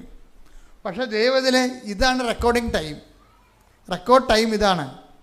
എന്ന് വെച്ചാൽ നീ ഇപ്പം എന്താ, അവൾ വന്നില്ലല്ലോ, ചേൻ വിളിച്ചില്ലല്ലോ, വിളിച്ചാൽ മതിയായിരുന്നല്ലോ, ഞാൻ പിന്നെ ആണ് അങ്ങോട്ട് ചെല്ലണമെങ്കിൽ പിന്നെയും പട്ടിയെപ്പോലെ അവിടെ ജീവിക്കേണ്ടി വരികയല്ലേ, അത് കഷ്ടമല്ലേ, അമ്മായിയമ്മ എൻ്റെ വായിട്ട് കുത്തത്തില്ലേ, ഞാൻ ഇങ്ങനെ ജീവിക്കുന്നത് മോങ്ങി നിലവിളിച്ച് നടക്കും. എന്നിട്ട് അവർ വിളിക്കട്ടെ, ചേൻ വരണ്ട, വന്ന് വരണ്ട, എല്ലാ പെൺപിള്ളേരും പറയണത് ചേൻ വന്ന് വരട്ടെ, ചേൻ വന്ന് വരട്ടെന്നാണ്. അപ്പോഴും കർത്താവ് വരണമെന്ന് പറയത്തില്ല. കർത്താവ് വന്നാൽ എന്ത്, ചേനല്ലേ കർത്താവായിരിക്കണത്. ഈ അറിയാത്ത വിഗ്രഹങ്ങൾ ഭയങ്കരമായിട്ടുണ്ട്. ഈ പ്രാർത്ഥന വന്നിരിക്കുന്ന കള്ളപ്രാർത്ഥനയുടെ പ്രശ്നം എന്ന് വെച്ച് കഴിഞ്ഞാൽ നമ്മൾ അറിയാതെ ഏതോ വിഷയം കർത്താവായിട്ട് മാറും. അത് എപ്പോഴും ഓർത്ത്. ഇപ്പം നിങ്ങളിപ്പോൾ 6 മാസം നിങ്ങളെ പിരിഞ്ഞ് നിൽക്കണ ജീവിത പങ്കാളി എന്ന് വിചാരിച്ചോ, അല്ലെങ്കിൽ മകൻ വിളിക്കണില്ല എന്ന് വിചാരിച്ചോ. മകൻ വിളിക്കണില്ല, എൻ്റെ അവൻ വിളിക്കണില്ല, അവൻ്റെ ഫോട്ടോ എടുത്തുകൊണ്ട് വന്നിരിക്കുകയാണ് ഇപ്പോൾ. അപ്പോൾ എന്ത് ഇപ്പോൾ വെച്ചാൽ മാതാവായാലും കർത്താവായാലും ഇപ്പം ഇവരെ കാണുമ്പോൾ ഓടിക്കളഞ്ഞ് മിക്കവാറും. എന്താ കാര്യം വെച്ച് കഴിഞ്ഞാൽ ഇവർക്ക് മാതാവ് മകളാണ്. അതാണ് വിഷയം. ഇവരെ കാണുമ്പോൾ ഇവർ കൃപാസനത്തിൽ ഫോട്ടോയും കൊണ്ട് കയറുമ്പോൾ തന്നെ കൃപാസനത്തിലുള്ള മാതാവ് അപ്പം തന്നെ തുണിയെടുത്ത് മുഖത്തിടും. എന്താ കാര്യം? ഇവർക്ക് ആരാണ് മാതാവ്? മകളാണ് മാതാവ്. അവളെ വിളിക്കണില്ല എന്ന് പറഞ്ഞിട്ട് ഉറങ്ങിയിട്ടില്ല ഈ പിശാച്. അതാണ് വിഷയം. അവൻ വിളിക്കണില്ലെന്ന് ഈ സാധനം ഉറങ്ങിയിട്ടില്ല. അപ്പോൾ ഇവളുടെ ദൈവം ആരാണ്? ആ വിളിക്കാത്ത ഭർത്താവോ ഭാര്യയോ ആരാണ്? ഈ സാധനം ഉള്ളതുകൊണ്ട് ഇത് വർക്കൗട്ട് ചെയ്യത്തില്ല. ഇത് റെക്കോർഡ് ഇടുന്ന ടൈമാണിത്. പരിശുദ്ധാത്മാവ് ഉണ്ടെങ്കിൽ മാത്രമേ പരിശുദ്ധാത്മാവ് ഇതൊക്കെ പറഞ്ഞു തരത്തുള്ളൂ. ലോകാരൂപി ഒന്നും പറഞ്ഞു, ലോകാരൂപിയിലാണെങ്കിൽ ഇതൊന്നും കിട്ടത്തില്ല നമുക്ക്. പരിശുദ്ധാരൂപി ഉണ്ടെങ്കിൽ പറയും എൻ്റെ ദൈവത്തിലെ 6 മാസമല്ലേ, ഇനി ഒരു 6 കൊല്ലം കഴിയട്ടെന്ന് വിചാരിച്ചോ. നീ നിൻ്റെ വിശ്വാസത്തിൽ മുന്നോട്ട് പോകും. നിന്നെ കല്യാണം കഴിച്ചിരിക്കണ കർത്താവാണ്. അല്ല ഇന്നലെ നീ കണ്ടുമുട്ടിയ, നിൻ്റെ 20ാമത്തെ വയസ്സ് കണ്ടുമുട്ടിയ ആളല്ല. നിന്നെ ജനിക്കണ മുമ്പ് നിൻ്റെ അമ്മയുടെ ഉദരത്ത് ഉരുവാക്കിയ ഞാനാണ് നിൻ്റെ ഭർത്താവെന്ന്. കണ്ട, അത് പറയണതാണ്. ആര് പറയും? പരിശുദ്ധാത്മ പറയത്തുള്ളൂ. എൻ്റെ ദൈവപൈതലെ, നിങ്ങൾ നേടാത്ത ഓരോ കാര്യത്തിൻ്റെയും കാരണങ്ങൾ കർത്താവിനെ നിങ്ങൾ കർത്താവാകാത്തത് കൊണ്ടാണ്. യേശു കർത്താവാണെന്ന് നമ്മൾ അധരം കൊണ്ട് ഏറ്റുപറയണമെന്ന് പറഞ്ഞില്ലേ? നിങ്ങൾ കർത്താവിൻ്റെ പോലും കാലെ പിടിക്കണത് എന്തിനാണ്? നിങ്ങളുടെ ദൈവമായിട്ട് കാണുന്ന ചില കാര്യങ്ങളുണ്ട്, അത് നടത്തിലെടുക്കാൻ വേണ്ടിയാണ് നിങ്ങൾ ഈ കർത്താവിൻ്റെ കാലെ പിടിച്ച് നടക്കണം. അത് ദൈവത്തിന് അറിയാം.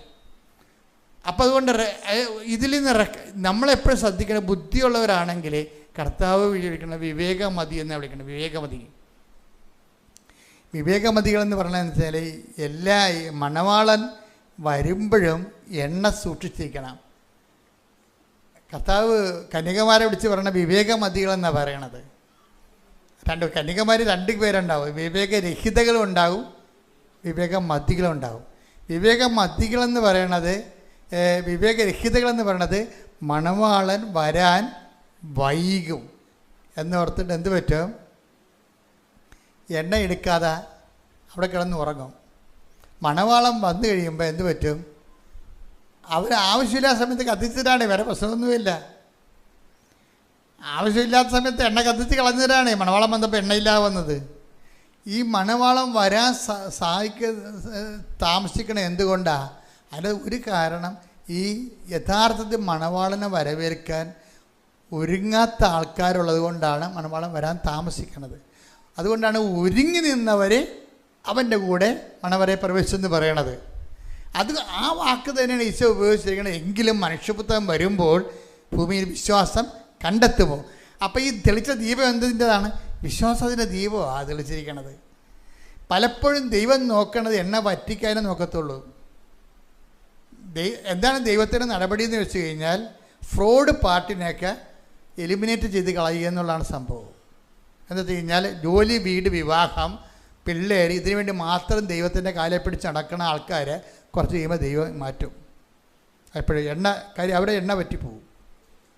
എപ്പോഴും നമ്മൾ ശ്രദ്ധിക്കേണ്ടത് വെച്ച് കഴിഞ്ഞാൽ, അതുകൊണ്ടാണ് ഈശോ ചോദിക്കുന്നത്, മണവാളം വരാൻ വൈകും.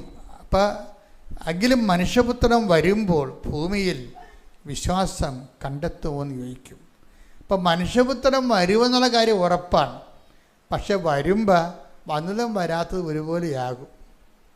എന്താ കാര്യം? നിൻ്റെ എണ്ണ കത്തിപ്പോയി. നിനക്ക് ജോലി കിട്ടി, നീ കല്യാണം കഴിച്ചു, നിനക്ക് പിള്ളേരുണ്ടായി, പക്ഷേ എണ്ണ പറ്റിപ്പോയി. എന്താ കാര്യം? അത് ആണൊരു ട്രാജഡി. മനുഷ്യൻ സംഭവിക്കാൻ പോകുന്ന ഏറ്റവും വലിയ ട്രാജഡി അതാണ്. എന്താ കാര്യം? ദൈവം നീ ചോദിച്ചതെല്ലാം നിനക്ക് തരും, പക്ഷെ വരുമ്പോൾ നിൻ്റെ കയ്യിൽ വിശ്വാസം ഉണ്ടാകുമോ? കാര്യം എന്താ? വിശ്വാസം ഇല്ലാത്തതിൻ്റെ കാരണം, നീ അന്ന് പറയണത് ഉടമ്പെടുക്കാത്ത ജിത്തുവിന് ജോലി കിട്ടി, ദുഃഖവെള്ളിയാഴ്ച പോലും പള്ളിയിൽ പോകാത്ത എൻ്റെ കൂട്ടുകാരത്തിൽ ജോലി കിട്ടി, അതുപോലെ ഇപ്പം എനിക്ക് കിട്ടിയെന്ന് പറയും. വിശ്വാസം പോയില്ലേ? ഇതൊന്ന് ദൈവമായിട്ട് ഇങ്ങനെ സത്യസന്ധമായിട്ട് പോയാൽ മാത്രമേ നമുക്ക് ഒരു നിലനിൽപ്പിൻ്റെ വരവെന്ന് പറയത്തുള്ളൂ. അതുകൊണ്ട് എപ്പോഴും നമ്മൾ ശ്രദ്ധിക്കേണ്ട ഇതാണ്, വിശ്വാസം സംരക്ഷിക്കാൻ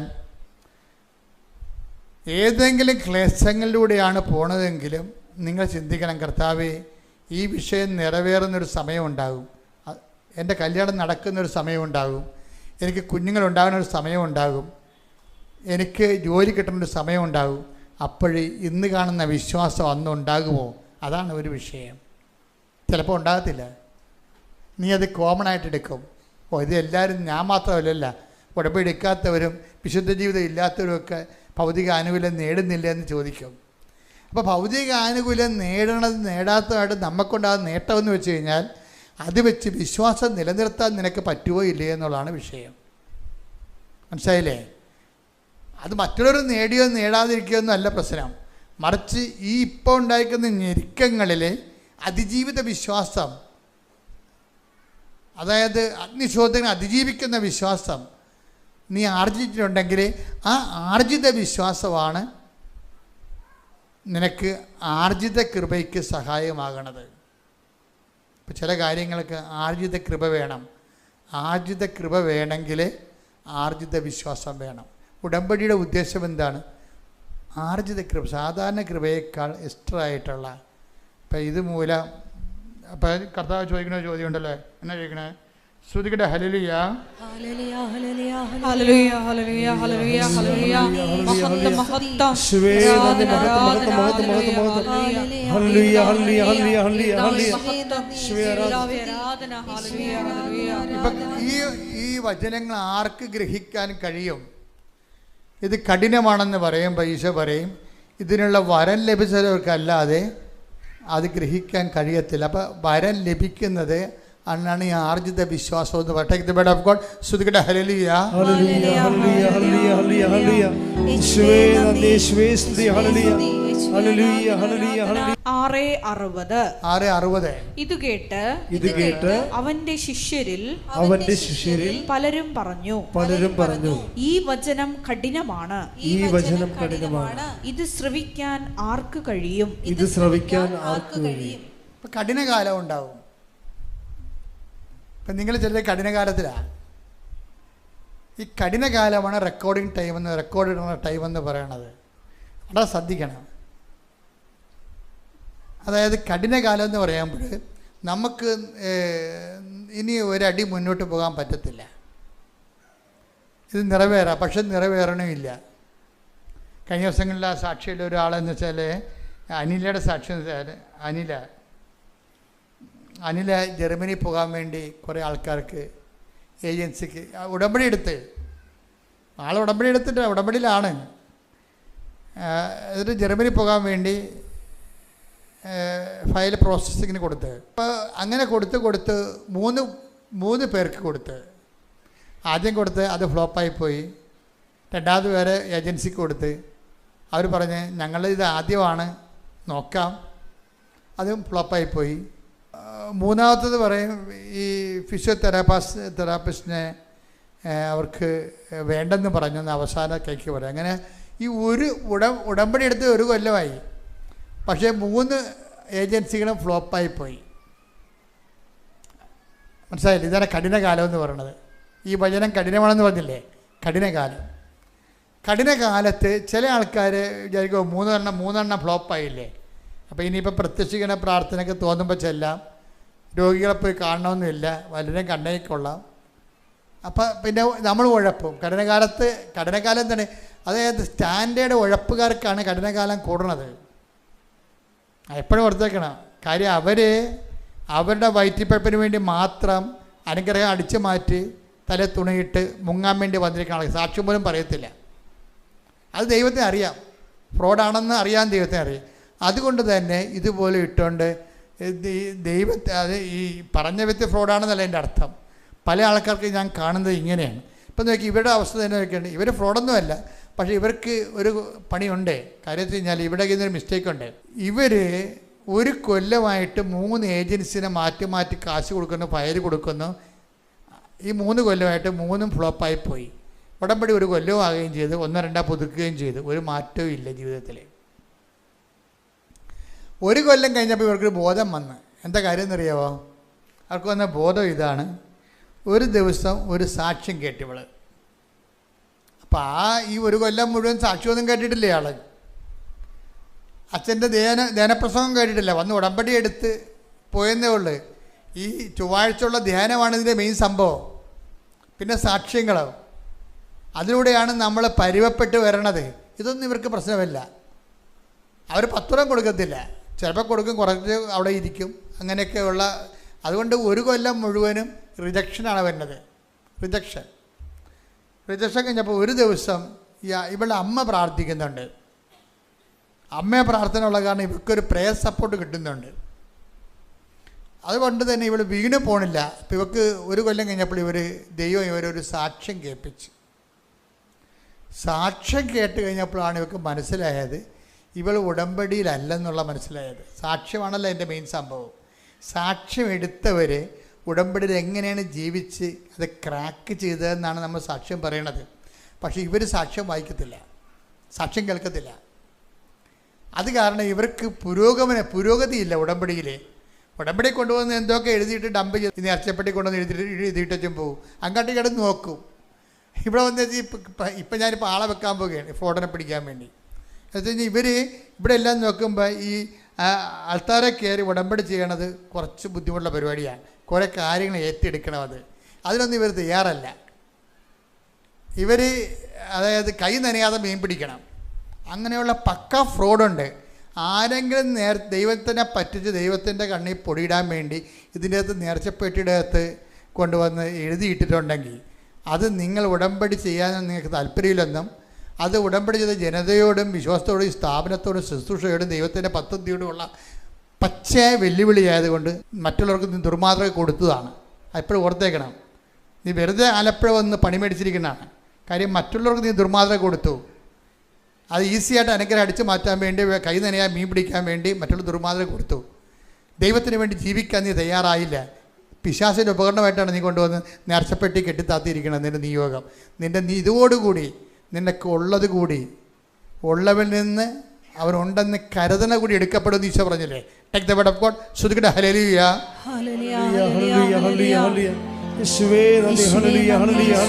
മത്തായി 25:29 ഉള്ളവന് നൽകപ്പെടും, അവന് സമൃദ്ധി ഉണ്ടാവുകയും ചെയ്യും, ഇല്ലാത്തവനിൽ നിന്ന് ഉള്ളതുപോലും എടുക്കപ്പെടും. ഞാൻ വെറുതെ പറഞ്ഞതല്ല. ദൈവസ്നേഹമില്ല, ദൈവവിശ്വാസമില്ല, വെറുതെ വല്ലതൊക്കെ എഴുതിയിട്ടിട്ട് നേർച്ചപ്പെട്ടി കൊണ്ടൊന്ന് കെട്ടിത്താത്തും. എന്ന് വെച്ച് കഴിഞ്ഞാൽ അവരെ കുറിച്ച് എന്താ കർത്താവിൻ്റെ വചനം പറയണത്? അവർക്ക് ദൈവസ്നേഹമില്ല, ദൈവവിശ്വാസമില്ല, പിന്നെ കൈ നനയാൻ മീൻ പിടിക്കാൻ വേണ്ടിയുള്ള പരിപാടിക്ക് വന്നിരിക്കുകയാണ്. ഉള്ളതുകൂടി ഇല്ലാത്തവരിൽ നിന്ന് ഉള്ളതുകൂടി എടുക്കപ്പെടും. അതാണ് ഞാൻ പറഞ്ഞതിൻ്റെ കാര്യം. ഒരിക്കൽ നിങ്ങൾ ചെയ്യരുത്. ഇത് പിന്നെ ആർക്കാ ചെയ്യാൻ പാലാത്തത്? ഇതെന്ന് പറയുമ്പോൾ ഇത് ദൈവത്തെ കണ്ടെത്താൻ വേണ്ടി മനുഷ്യൻ ഈ കാലങ്ങളിൽ ദൈവം കൊടുത്തൊരു പദ്ധതിയാണ്. ജീവിച്ചാൽ മാത്രം പോലെ ദൈവത്തിന് ബോധ്യമാകണം. അതാണ് പ്രശ്നം. നിങ്ങൾ എന്തെങ്കിലും കാണിച്ചിട്ട് കാര്യമില്ല. ദൈവത്തിന് ബോധ്യമാകണം. അത് ഇവിടുത്തെ ഏറ്റവും വലിയ പ്രശ്നം എന്താണ്? വെല്ലുവിളി എന്താണ്? ഇവിടെ കൊണ്ടുവന്ന് എഴുതിയിടണമെന്നല്ല പ്രശ്നം. നിങ്ങളുടെ ജീവിതം ദൈവത്തിന് ബോധ്യമാകാതെ കഴിഞ്ഞാൽ തീർന്ന വിഷയം. കണ്ട, വളഞ്ഞ് നെട്ടലൊക്കെ നേരെ വന്നെ കണ്ടില്ലേ? സെക്കൻഡുകൾക്കുള്ള നേരെ വന്നത്. നമ്മൾ സത്യസന്ധരാണെന്ന് കണ്ടു കഴിഞ്ഞാൽ, അതാണ് ഞാൻ പറഞ്ഞ റെക്കോർഡ് ഇടേണ്ട ടൈമിൽ ക്ലേശങ്ങൾ വർദ്ധിക്കേണ്ട ഒരു സമയം റെക്കോർഡ് ചെയ്യണം. അവിടെ നീ ഒരു റെക്കോർഡ് ഇട്ടാൽ നിൻ്റെ 90-ാം വയസ്സിലും ഈ റെക്കോർഡായിരിക്കും കൈകാര്യം ചെയ്യണത്. അതാണ് വിഷയം. ഈ റെക്കോർഡായി കൈകാര്യം ചെയ്യേണ്ടത്. അപ്പോൾ നമ്മളെപ്പോഴും ചെയ്യേണ്ടത് ദൈവതിരുസന്നിധിയിലെ മോശം കാലത്ത് നല്ല റെക്കോർഡ് ഇടാൻ നോക്കണം. വിശ്വാസത്തിൻ്റെ, ദൈവസ്നേഹത്തിൻ്റെ, സുവിശേഷ സാക്ഷ്യത്തിൻ്റെ നല്ല റെക്കോർഡ്. അങ്ങനെ റെക്കോർഡ് ഇട്ടാൽ ദൈവം അത് ഓർത്തിരിക്കും. ഓർത്തിരിക്കും? നിനക്ക് മുമ്പുണ്ടായിരുന്ന സ്നേഹമെന്ന് പറഞ്ഞ സാധനം നിൻ്റെ പഴയ സ്നേഹം ദൈവം റെക്കോർഡാണത്, ഓർത്തിരിക്കുകയാണ്. ഇപ്പോഴില്ലെങ്കിൽ അത് പറയും, ഇപ്പം അത്രയും ഇല്ലെന്ന് പറയും. അതിൻ്റെ കാര്യം എന്താണ്? റെക്കോർഡ് ദൈവം സൂക്ഷിക്കുന്നു എന്നാണ്. അത് നിത്യത വരെ ഈ റെക്കോർഡ് സൂക്ഷിക്കും. അതുകൊണ്ട് എപ്പോഴും നമ്മൾ ശ്രദ്ധിക്കേണ്ടത്, ഏതെങ്കിലും കാലത്ത് നിനക്ക് ക്ലേശങ്ങളുടെ കാലം, ഇപ്പോൾ ഈ ജോമോളിനെ കർത്താവ് ഇപ്പോൾ സമർപ്പിത നിത്യകന്യകയായിട്ട് ദൈവം ഉയർത്തി. അപ്പോൾ കഴിഞ്ഞ ദിവസങ്ങളായിരുന്നു എൻ്റെ സെർമണി ബിഷപ്പ് ഹൗസിൽ നടന്നത്. അപ്പം ഞാൻ എപ്പോഴും ഇവരെക്കുറിച്ച് ഓർക്കണമെന്ന് ഞാൻ ഇവരുടെ അമ്മയോട്, ഇവരുടെ അമ്മയെ കണ്ടപ്പോൾ ഞാൻ ചോദിച്ചു, ചേച്ചി ജോമോളിനെ കർത്താവിനെ ഏൽപ്പിക്കുകയാണോ? അപ്പോൾ അവരെന്നോട് പറഞ്ഞു, അതേ അച്ഛാ, അവൾ കർത്താവിനുള്ളതാണെന്ന് പറഞ്ഞു. കാര്യം ഞാൻ ചോദിച്ചതെന്ന് വെച്ചാൽ ഇവർക്ക് 3 കൊല്ലമോ മറ്റേ ആമവാദമായിരുന്നു. ആമവാദം. അപ്പോൾ ഈ തല തൊട്ട് ഈ തലമുടി തൊട്ട് നഖം വരെ ഇങ്ങനെ മരവിച്ചിരിക്കും. കിടന്നാൽ തിരിയാൻ പറ്റത്തില്ല. സർവ്വ അസ്ഥികളും പേശികളും ഇങ്ങനെ വേദനിക്കും. പക്ഷെ ഇവർ പുറത്ത് പറയത്തില്ല. ഇവർ കിടക്കുമ്പോൾ തന്നെ ഈ തിരിയണമെങ്കിൽ കുറേ സമയം എടുക്കും. ഞരങ്ങി മൂളി വേദനിച്ചാണ് തിരിയണത്. ഈ തിരിയുമ്പോൾ ഇവിടെ കൈ കൊന്ത ഉണ്ടാകും. അതാണ് വിഷയം. ഈ ഇങ്ങനെ തിരിഞ്ഞ് കിടക്കുമ്പോഴും ആരെങ്കിലും തിരിച്ചിടാൻ ഉണ്ടാകത്തില്ല. വീട്ടിലല്ല, അവരിവിടെ ഒരു സ്ഥലത്ത് താമസിക്കുമായിരുന്നു അന്ന്. ഇവിടെ കൃപാസനത്തിൽ താമസിക്കുന്ന മുമ്പ് ഇവിടെ ജോലി ചെയ്യും, രാത്രി അവിടെ പോയി താമസിക്കും. അപ്പോൾ അവരെ തിരിച്ചിടാൻ പോലും ആരുമില്ല. പക്ഷെ ആ സമയത്ത് ഒരു കൊന്ത കയ്യിൽ നിന്ന് കളയത്തില്ല. വെറുതെ കൊന്തയെ പിടിച്ചിരിക്കുകയല്ല, അതിനുള്ളിൽ അവർ 1000 മണി ജപമാലയൊക്കെ ചെല്ലും. 1000 മണി ജപമാലയൊക്കെ ചെല്ലും. ഈ ആമവാദം വെച്ചുകൊണ്ട് 1000 മണി ചൊല്ലി പിടിക്കും. ഇത് റെക്കോർഡ് ടൈമാണത്. അത് ഞാൻ നിങ്ങളോട് പറഞ്ഞു, റെക്കോർഡ് ഇട്ടിരിക്കുന്നതാണ്. ഇനി ജോമോളിന് ഉണ്ടെങ്കിൽ ഒരു സമയമുണ്ടെങ്കിൽ അങ്ങനെ വരുമെന്ന് എനിക്ക് തോന്നില്ല. അത് റെക്കോർഡ് ഇട്ടിരിക്കുന്ന ടൈമാണ്, റെക്കോർഡ് ടൈം എന്ന് പറയും. ആ റെക്കോർഡ് ടൈം കഴിഞ്ഞപ്പോൾ എനിക്ക് മനസ്സിലായി കർത്താവ് ശരീരത്തിൻ്റെ കലപ്പ ഒടിച്ചതാണെന്ന് മനസ്സിലായി. ദൈവവിളിയുടെ ഒരു സംഭവമാണ് കലപ്പ ഒടിച്ച് കളയും. എലീഷാനെ വിളിച്ച സമയത്ത് ഏലിയയുടെ മേലങ്കി കൊണ്ടുവന്ന് എലീഷയുടെ മുമ്പിൽ ഇട്ട് കൊടുത്ത്, എലീഷ മേലങ്കി ശുശ്രൂഷയുടെ കാര്യമായതുകൊണ്ട് എലീഷയ്ക്ക് പെട്ടെന്ന് ഓടിത്തിരിഞ്ഞ് പറയും, പ്രഭു ഞാൻ വീട്ടിൽ ചെന്ന് അപ്പനെ ചുംബിക്കട്ടെ എന്ന് ചോദിക്കും. അത് നിൻ്റെ കാര്യമെന്ന് പറയും. എന്നുവെച്ചാൽ ഞാൻ വീട്ടുകാരോട് ഗുഡ് ബൈ പറയട്ടെ എന്നാണ് ചോദിക്കണേ. ഗുഡ് ബൈ പറയട്ടെ, അവർക്ക് അന്ത്യചുംബനം കൊടുത്തിട്ട് ഗുഡ് ബൈ പറയട്ടെ എന്ന് ചോദിക്കും. അപ്പോൾ അത് നിൻ്റെ കാര്യമെന്ന് പറയും. അപ്പോൾ ഉടനെ ഇയാൾ തിരിച്ച് വന്നിട്ട് കലപ്പ ഉഴുതുകൊണ്ട് നിൽക്കിയിരുന്നു ഇയാൾ. അയാളുടെ ജീവിതമാർഗ്ഗം അതായിരുന്നു. ആ കലപ്പ എടുത്ത് പശുവിനിട്ട് കാളയത്തിട്ട് തലക്കെട്ട് തല്ലും.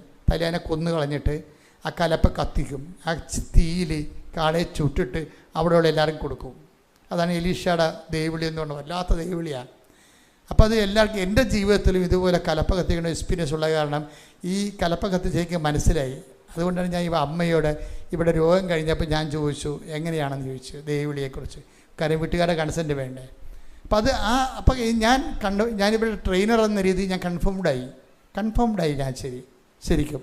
നിങ്ങൾ ഓർത്തേക്കണം, നിങ്ങളുടെ മക്കൾ എപ്പോഴെങ്കിലും കർത്താവിൻ്റെ ജോലി ചെയ്യണമെന്ന് പറഞ്ഞാൽ നിങ്ങളുടനെ അത് നേഴ്സാകുക, അല്ലെങ്കിൽ നീ ഡിഗ്രി കഴിയട്ടെ എന്ന് പറയും. ചില കള്ള വഞ്ചകരായ മാതാപിതാക്കന്മാർ ദൈവവിളിയെ കൊല്ലണത് എങ്ങനെയാണെന്ന് അറിയാമോ? അവർ പറയും നീ കൊച്ചാണ്, നീ ഡിഗ്രി കഴിയട്ടെ എന്ന് പറയും. ഡിഗ്രി കഴിയുമ്പോൾ വീട്ടുകാർക്ക് അറിയാം ഇവിടെ പോകത്തില്ലെന്ന്. തട്ടിപ്പാണ് അത് ശരിക്കും പറഞ്ഞാൽ. അത് ദൈവത്തോട് കാണിച്ച തട്ടിപ്പാണ്. അതുകൊണ്ട് തന്നെ ആ മക്കളെ ഓർത്തുകൊണ്ട് മാതാപിതാക്കന്മാർക്ക് ഇനി നിത്യത വരെ ദുഃഖിക്കേണ്ടി വരും. എന്താ കാര്യം? ദൈവം വിളിച്ചിട്ട് നിങ്ങൾ വിട്ടുകൊടുത്തില്ല. ഞാൻ ഇടവേ ചെന്നപ്പോൾ ഒരു വല്യമ്മ വന്ന് എന്നെ പരിചയപ്പെട്ട്. അപ്പോൾ വല്യമ്മയുടെ കൂടെ നിൽക്കണ വിൻസെൻ്റ് പിള്ളക്കാരും സോഡാറ്റിക്കാരും പറഞ്ഞ് ഈ വല്യമ്മക്ക് 10 മക്കളുണ്ടായിരുന്നെന്ന് പറയും. അപ്പോൾ ഞാൻ പറഞ്ഞു ആരെങ്കിലും കർത്താവിന് കൊടുത്താ? ഇല്ല, ആരെയും കൊടുത്തില്ല. ഞാൻ പറഞ്ഞു പട്ടി പ്രസവിച്ച പോലെ ആയല്ല. തീർന്നില്ല പരിപാടി.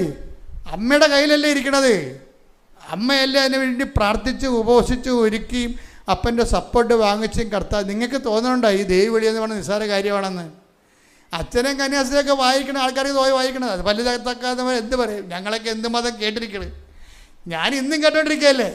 എന്താ കാര്യം? അതൊക്കെ നമ്മുടെ എക്സ്പെൻഡിച്ചറാണ്. ഈ വിളി സ്വീകരിച്ചതിന് നമ്മുടെയൊക്കെ ഒന്ന് വാങ്ങിച്ച വിലകളാണത്. വഞ്ചകനാണ്, തട്ടിപ്പാണെന്നൊക്കെ പറയത്തില്ല ആൾക്കാർ. അപ്പോഴെന്താ, നമ്മളതിൻ്റെ പേയ്മെൻറ്റ് നടത്തിക്കൊണ്ടിരിക്കുകയാണ്. We have to pay it. ഞാൻ നിങ്ങളോട് ആദ്യമേ പറഞ്ഞു, എന്താണ്? ദൈവത്തിനൊന്നും അസാധ്യമല്ല, പക്ഷെ ഒന്നും ലളിതമല്ലെന്ന് പറഞ്ഞു. ഇല്ലേ? പറഞ്ഞില്ലേ? എൻ്റെ അർത്ഥം എന്താണ്? ഈ നീതി പൈതൽ എന്ന് പറഞ്ഞ സംഭവം എന്ന് പറയുന്നത് നമ്മൾ ദൈവത്തിന് വേണ്ടി ജീവിക്കുന്നുവെന്നുള്ളത് ദൈവത്തെ ബോധ്യപ്പെടുത്തണമെന്നുണ്ടെങ്കിൽ അതിൻ്റെ പേയ്മെൻറ്റ് നടത്തേണ്ടി വരും. അത് ചിലപ്പോൾ ക്യാഷായിട്ട് വരും, സഹനമായിട്ട് വരും, ചിലപ്പോൾ തെറ്റിദ്ധാരണയായിട്ട് വരും, ചിലപ്പോൾ നമ്മൾ ബ്രാൻഡഡായിട്ട് വരും. അങ്ങനെയുള്ളൊരു പേയ്മെൻറ്റ് കൊടുത്തു കഴിയുമ്പോൾ നമ്മളത് സന്തോഷത്തോടെ കൊടുക്കണം.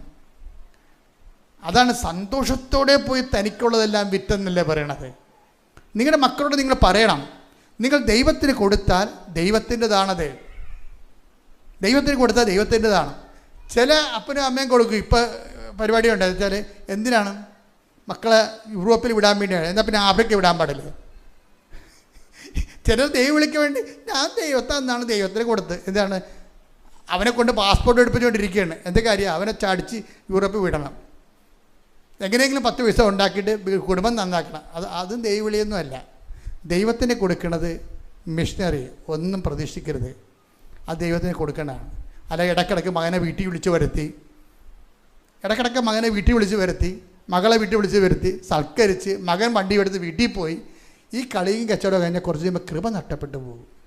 ഇതിൻ്റെ പ്രശ്നം വെച്ച് കഴിഞ്ഞാൽ ഇതെന്ന് പറയണത് കർത്താവിൻ്റെ വിശുദ്ധമായ രക്തത്തിലാണ് ഈ കൃപകളെല്ലാം ഉൽപ്പാദിപ്പിക്കപ്പെട്ടിരിക്കുന്നത്. അപ്പം നമ്മളൊക്കെ ചിലപ്പോൾ സൗജന്യ ദാനമാണെന്നൊക്കെ പറയണതേ ഉള്ളൂ. പേയ്മെൻറ്റ് നടത്തണം, അതിന് പേയ്മെൻറ്റ് നടത്തണം. അപ്പം അങ്ങനെ പേയ്മെൻറ്റ് നടത്തുമ്പോൾ നിങ്ങൾ ഒരു കുഞ്ഞെങ്കിലും നിങ്ങളോട് ദൈവവിളിയെക്കുറിച്ച് പറഞ്ഞാൽ നിങ്ങൾ പ്രോത്സാഹിപ്പിക്കണം അത്.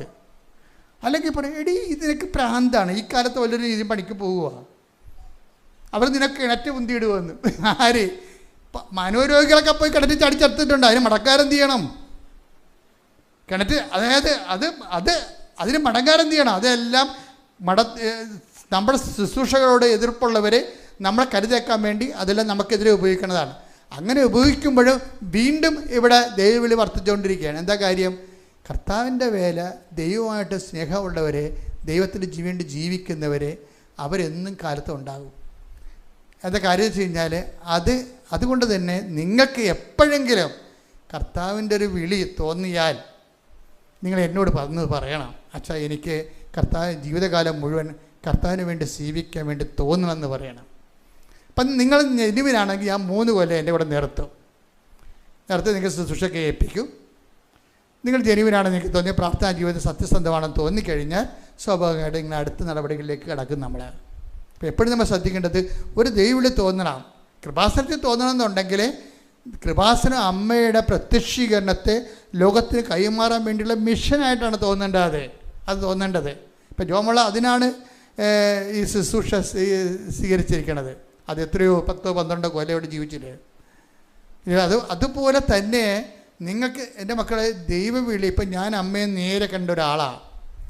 എന്താണ് ദൈവവിളിക്ക് കുറവ് വന്നതെന്ന് ചോദിച്ചു കഴിഞ്ഞാൽ ദൈവാനുഭവം ഉള്ളവരുടെ കുറവാണ് ദൈവവിളിക്ക് കുറവ് വന്നതിൻ്റെ കാരണം. വേറെ ഒന്നുമല്ല. കാര്യം ദൈവവിളിക്ക് ഒപ്പം തരാൻ ലോകത്തിൻ്റെ ഒന്നുമില്ല. ഒരു ദൈവവിളിക്കൊപ്പം തരാൻ ലോകത്തിൻ്റെ കയ്യിൽ ഒന്നുമില്ല. നിങ്ങൾക്ക് ഇനി 16 ലക്ഷം രൂപ ശമ്പളം കിട്ടുമെന്ന് പറഞ്ഞാലും ഒരു കഥയുമില്ല. ദൈവവിളി എന്ന് പറയുമ്പോൾ അത് എപ്പോഴും ഈശോ പറയണത്, ഞാൻ ചെയ്തത് എന്താണെന്ന് ഇപ്പം നിനക്ക് മനസ്സിലാവത്തില്ല, പിന്നീട് മനസ്സിലാകും. പല മാതാപിതാക്കന്മാരും കുടുംബങ്ങളും നിലനിൽക്കുന്നതും. എൻ്റെ കുടുംബം 120 കൊല്ലം മുമ്പ് ചേട്ടൻ അനിയനെ വെടിവെച്ച് വന്ന കുടുംബമാണ് എൻ്റേത്. എൻ്റെ ജീവിതത്തിൽ എഴുതിയിട്ടുണ്ടത്.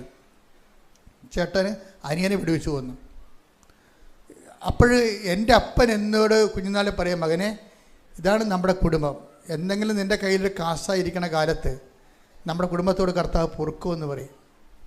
അപ്പം ഞാൻ എന്നും പ്രാർത്ഥിച്ചുകൊണ്ടിരുന്നത് എൻ്റെ കുടുംബത്തിൽ എൻ്റെ കയ്യിൽ കാശ വരാൻ വേണ്ടിയാണ്. എനിക്കതിൻ്റെ അകത്ത് എന്തെങ്കിലും കർത്താവിനെ കൊടുക്കണ പോലെയോ അല്ലെങ്കിൽ നഷ്ടപ്പെട്ട പോലെയോ എനിക്ക് തോന്നിയിട്ടില്ല. എനിക്ക് തോന്നിയത് കർത്താവിനെ നേടിയെന്നാണ് തോന്നിയത്. അത് തോന്നിയത് മാത്രമല്ല, അത് പിന്നീടുണ്ടായിരുന്ന മുഴുവൻ അനുഭവങ്ങൾ അങ്ങനെയാണ്. ഞാൻ എപ്പോഴും ഈശോയോട് പറയുവേ, 10ാം ക്ലാസ്സിൽ പെട്ടി എടുത്തിറങ്ങിയപ്പോഴേ നീ ഇത്രയും വലിയ സംഭവമാണ് എനിക്കറിയത്തില്ലായിരുന്നു. പക്ഷേ എനിക്കറിയാഞ്ഞ കാലത്ത് നീ എന്നെ വിളിച്ചതിന് നന്ദി പറയണമെന്ന് പറയും. അറിവുണ്ട്, എനിക്കറിയാഞ്ഞ കാലത്ത് നീ എന്നെ വിളിച്ചില്ലേ, അതിന് ഞാൻ നന്ദി പറയണത്. അതിനാണ് എൻ്റെ ഏറ്റവും വലിയ നന്ദി എന്ന് പറയുന്നത്. നമുക്കറിയാഞ്ഞ കാലത്ത് നമ്മളെ വിളിച്ചു. ഇവിടെ വന്ന് അവൻ്റെ കൂടെ കൂടിയപ്പോഴല്ലേ മനസ്സിലായത് അവൻ ആരാണെന്ന്. അവനെക്കുറിച്ച് പഠിക്കാനൊത്ത്, അവനെക്കുറിച്ച് ചിന്തിക്കാനൊത്ത്, അവനെക്കുറിച്ച് ധ്യാനിക്കാനൊത്ത്, അവൻ്റെ കൂടെ ജീവിക്കാനൊത്ത്. എന്തൊരു സംഭവമാണ്. ഈ ജീവിതം അങ്ങ് നിത്യത വരെയല്ലേ പോണത്. ശ്രുതികടെ ഹലലി. എൻ്റെ പ്രിയപ്പെട്ടവരെ, അനില സാക്ഷ്യങ്ങൾ കാണാൻ തുടങ്ങിയപ്പോൾ അവളുടെ ഉടമ്പടിയിൽ അവർ ചെയ്തുകൊണ്ടിരുന്ന കാര്യങ്ങൾ എന്തുമാത്രം തെറ്റാണെന്നൊക്കെ മനസ്സിലായി. പിന്നെ സാക്ഷ്യങ്ങൾ കണ്ടുകൊണ്ടേയിരുന്നു. ഉടമ്പടി അവളുടെ ജീവിതം ചെയ്ത തെറ്റുകളെല്ലാം, ഉടമ്പടിയുടെ ക്രമങ്ങൾ എല്ലാം ശരിയാക്കി. അപ്പോൾ എന്നാ ചെയ്തിരിക്കണത്? നോട്ട് ബൈ മെറിറ്റ് വർക്ക് ചെയ്യാൻ തുടങ്ങി. 1 കൊല്ലമേ B2 പരീക്ഷയ്ക്ക് 1 കൊല്ലം മാത്രമേ ഗ്യാരണ്ടി ഉള്ളൂ. അവൾക്ക് ജോലി കിട്ടാതെ ശരിക്കും പറഞ്ഞാൽ B2 2ാം കൊല്ലമായി. 2 കൊല്ലം കഴിഞ്ഞ് അപ്പോൾ അവൾ വിചാരിച്ച് അവളുടെ മെറിറ്റ് പോയി.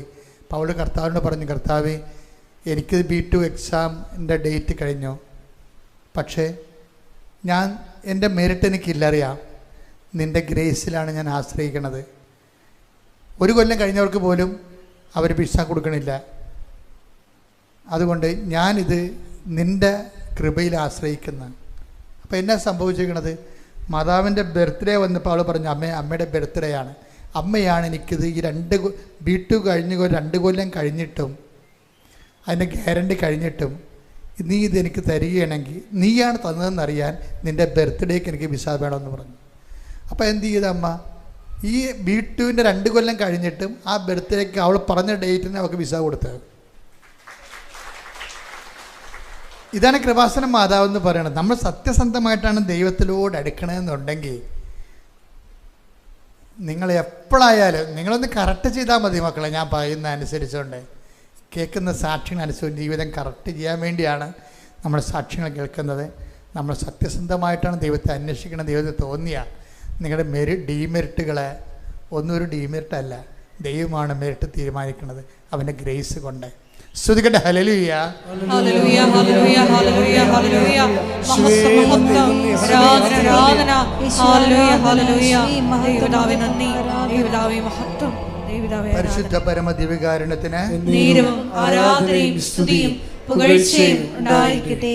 പരിശുദ്ധ പരമ ദിവ്യകാരുണ്യത്തിന് നേരവും ആരാധനയും സ്തുതിയും പുകഴ്ചയും ഉണ്ടായിരിക്കട്ടെ. പരിശുദ്ധ പരമ ദിവ്യകാരുണ്യത്തിന് നേരവും ആരാധനയും സ്തുതിയും പുകഴ്ചയും ഉണ്ടായിരിക്കട്ടെ. എൻ്റെ പ്രിയപ്പെട്ടവരെ, ശാരീരിക ദുരിതങ്ങൾ, ജീവിത ദുരിതങ്ങൾക്കുമെതിരെ ദൈവിക ശാസന പ്രാർത്ഥന നടത്തുന്ന സമയമാണ്. അച്ഛൻ പ്രാർത്ഥിച്ചുകൊണ്ടേയിരിക്കും. ആ അഭിഷേക സമയത്ത് മക്കൾ ഇടിമുഴക്കം പോലെ സ്തുതിച്ചുകൊണ്ടേയിരിക്കണം. കർത്താവ് നിങ്ങളെ അവിടുത്തെ തിരുമുഴുവാർന്ന വലതുകരം കൊണ്ട് സ്പർശിച്ചുകൊണ്ട് വിടുതൽ നൽകിക്കൊണ്ടും സൗഖ്യം നൽകിക്കൊണ്ടും ഇരിക്കും. ശ്രുതികട ഹല്ലേലൂയ. കർത്താവിൻ്റെ ഉന്നതമായ നാമത്തിന് സ്തോത്രം ചെയ്യുന്നു. കർത്താവിൻ്റെ വിശുദ്ധ പൗരോഹിത്യത്തെ മഹത്വപ്പെടുത്തണമേ. കർത്താവ് സഭയിലുള്ള സാന്നിധ്യം പ്രകടമാക്കണമേ. 39 വർഷം ഞാൻ അർപ്പിച്ച കൃപാന്റെ യുഗതയാൽ കൃപാസ്ഥാനത്താരെ ജീവനോടെ പ്രത്യക്ഷപ്പെട്ട പരിശുദ്ധ അമ്മയുടെ മാധ്യസ്ഥതയില് എല്ലാ മക്കളുടെ മേലും നിന്റെ പരിശുദ്ധമായ രക്തം തളിക്കപ്പെടുന്ന പ്രാർത്ഥിക്കുന്ന മാർഗരോഗങ്ങൾ, തീരാവേദികൾ, ജീവിത ദുരിതങ്ങൾ, ജോലി തടസ്സങ്ങൾ, എന്തിനു വേണ്ടിയാണോ എൻ്റെ മക്കളെ നിങ്ങൾ ഉടമ്പടി എടുത്തുകൊണ്ട് കർത്താവിൻ്റെ ദുരിതത്തിന് കണ്ണിനിടുന്നത്, ആ ഓരോ കണ്ണുനീരുകളും ഓരോ വേദനകളും ഓരോ രോഗങ്ങളും ഓരോ ശിഷ്ടരോഗങ്ങൾ, അൾസർ രോഗങ്ങൾ, അർസസ് രോഗങ്ങൾ, സിസ്റ്റ് രോഗങ്ങൾ, PCOD രോഗങ്ങൾ, പിസ്റ്റില രോഗങ്ങൾ, ബ്ലോക്ക് രോഗങ്ങൾ, ഹൃദയത്തിൻ്റെ ബ്ലോക്കുകൾ, കരളിൻ്റെ രോഗങ്ങൾ, ഹൃദയത്തിൻ്റെ രോഗങ്ങൾ, എല്ലാ തരത്തിലുള്ള കുടൽ രോഗങ്ങൾ, നടുവേദനയുടെ രോഗങ്ങൾ, PCOD രോഗങ്ങൾ, സ്പോണ്ടിലോസിൻ്റെ രോഗങ്ങൾ, സ്പൈനക്കോഡിൻ്റെ രോഗങ്ങൾ, തലമുടി കൊഴിയുന്ന രോഗങ്ങൾ, ഉച്ച മുതൽ ഉള്ളംകാല് വരെ എല്ലാ കോശങ്ങളിലും പേശികളിലും രക്തഞരമ്പുകളിലും യേശു ക്രിസ്തുവിന്റെ വിശുദ്ധ രക്തം കൃപാസ്ഥാനത്താറെ ജീവനോടെ പ്രത്യക്ഷപ്പെട്ട് പരിശുദ്ധയുടെ മാധ്യസ്ഥത്തിൽ യേശുവിന്റെ നാമത്തിൽ മാർഗരോഗങ്ങൾ മാറിപ്പോകട്ടെ. തീരവേദികള്, ജീവിത ദുരിതങ്ങള് യേശുവിന്റെ നാമത്തിൽ മാറിപ്പോകട്ടെ. ഹല്ലേലൂയ, ഹല്ലേലൂയ, ഹല്ലേലൂയ, യേശുവേ നന്ദി, നന്ദി, നന്ദി. ഹല്ലേലൂയ, ഹല്ലേലൂയ, ഹല്ലേലൂയ, ഹല്ലേലൂയ, യേശുവേ ആരാധന, ആരാധന, യേശുവേ ഹല്ലേലൂയ, ഹല്ലേലൂയ. തൊഴിൽ തകർച്ചകള്, ഓരോ പത്രങ്ങൾ, പേപ്പറുകൾ, ഡോക്യുമെന്റുകൾ, പ്രമാണങ്ങൾ, തടസ്സങ്ങളുള്ള വിഷയങ്ങൾ, വ്യക്തികൾ, തടസ്സം ഉണ്ടാക്കുന്ന വ്യക്തികൾ, അവരെല്ലാവരെയും സമർപ്പിച്ച് പ്രാർത്ഥിക്കുന്നു. ഞങ്ങളുടെ കണ്ണീരിലാഴ്ത്തുന്ന പിശാചിൻ്റെ ലോകത്തിൻ്റെ ഉപകരണങ്ങളായി പ്രവർത്തിക്കുന്ന ഞങ്ങളുടെ വളർച്ചയും മുരടിപ്പിക്കുകയും വാതിലടച്ചുകളയും ചെയ്യുന്ന വ്യക്തികളുടെ കൈകൾ കർത്താവിൻ്റെ നാമത്തിൽ നിർവീര്യമാകട്ടെ എന്ന് പ്രാർത്ഥിക്കുന്ന മക്കളില്ലാത്തവരെ, വർഷങ്ങളോളം ഈ കാര്യത്തിൽ മരുന്ന് കഴിക്കുന്നവരെ, മക്കളില്ലാത്തതിൻ്റെ പേരിൽ വൈവാഹ ജീവിതം വെറുത്തുപോയവർ, മടുത്തുപോയവർ, വിശുദ്ധമായ രക്തത്തിൽ ആലേഖനം ചെയ്യപ്പെട്ടുകൊണ്ട് അവരുടെ രക്തത്തിൽ പിറന്ന കുഞ്ഞുമായി ആൾക്കാരെ കയറാൻ മാതാവിൻ്റെ പ്രത്യക്ഷകനെ അവരെ സഹായിക്കട്ടെ എന്ന് പ്രാർത്ഥിക്കുന്നു. വിദേശ രാജ്യങ്ങളിൽ ജീവിക്കുന്നവരെ, വിസ പ്രോസസ് നടക്കുന്നവരെ, വീണ്ടും വിസയ്ക്ക് പുതുക്കാൻ വേണ്ടി കൊടുത്തിരിക്കുന്നവർ, PR വേണ്ടി കൊടുത്തിരിക്കുന്നവർ, നാട്ടിലെ ജോലിക്ക് വേണ്ടി ശ്രമിക്കുന്നവർ, കർഷകർ, മത്സ്യത്തൊഴിലാളികൾ, അവരുപയോഗിക്കുന്ന തൊഴിൽപരമായ അവരുടെ തടസ്സങ്ങൾ, മക്കളുടെ ദുർനടപ്പുകൾ, ചീത്ത സ്വഭാവങ്ങൾ, ജീവിത പങ്കാളികളുടെ വഞ്ചനകൾ, അതുമൂലം വേദന അനുഭവിക്കുന്നവർ, അകന്നും പിരിഞ്ഞും താമസിക്കുന്ന ജീവിത പങ്കാളികളെ കർത്താവിന്റെ വിശുദ്ധമായ ഐക്യപ്പെടാൻ വേണ്ടി സ്തുതിക്കട്ടെ. ഹല്ലേലൂയ, ഹല്ലേലൂയ, ഹല്ലേലൂയ, ഹല്ലേലൂയ, ഹല്ലേലൂയ, ഹല്ലേലൂയ, ഹല്ലേലൂയ, ഹല്ലേലൂയ, ഹല്ലേലൂയ, ആരാധന, ആരാധന, ഹല്ലേലൂയ, ഹല്ലേലൂയ, ഹല്ലേലൂയ, ശ്രീ ആരാധന, ഹല്ലേലൂയ, ഹല്ലേലൂയ, മഹത്വം, മഹത്വം, ആരാധന, ആരാധന. മൗനമായി പ്രാർത്ഥിക്കട്ടെ. സമാപന ആശീർവാദം. ശിരസ് നമിച്ച് ദിവ്യകാരുണ്യനാഥന്റെ ആശീർവാദം സ്വീകരിക്കാം.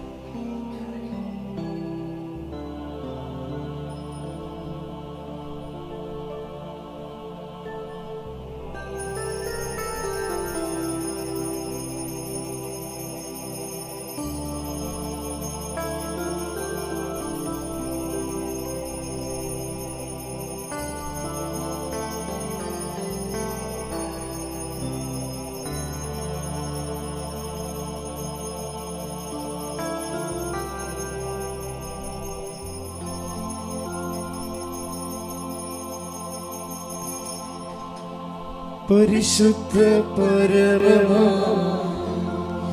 ദിവ്യാത്മാവേ, ഇന്നും എന്നും അങ്ങേക്ക് ആരാധന. പരിശുദ്ധ പരമ ദിവ്യാത്മാവേ, ഇന്നും എന്നും അങ്ങേക്ക് ആരാധന. പരിശുദ്ധ പരമ ദിവ്യാത്മാവേ,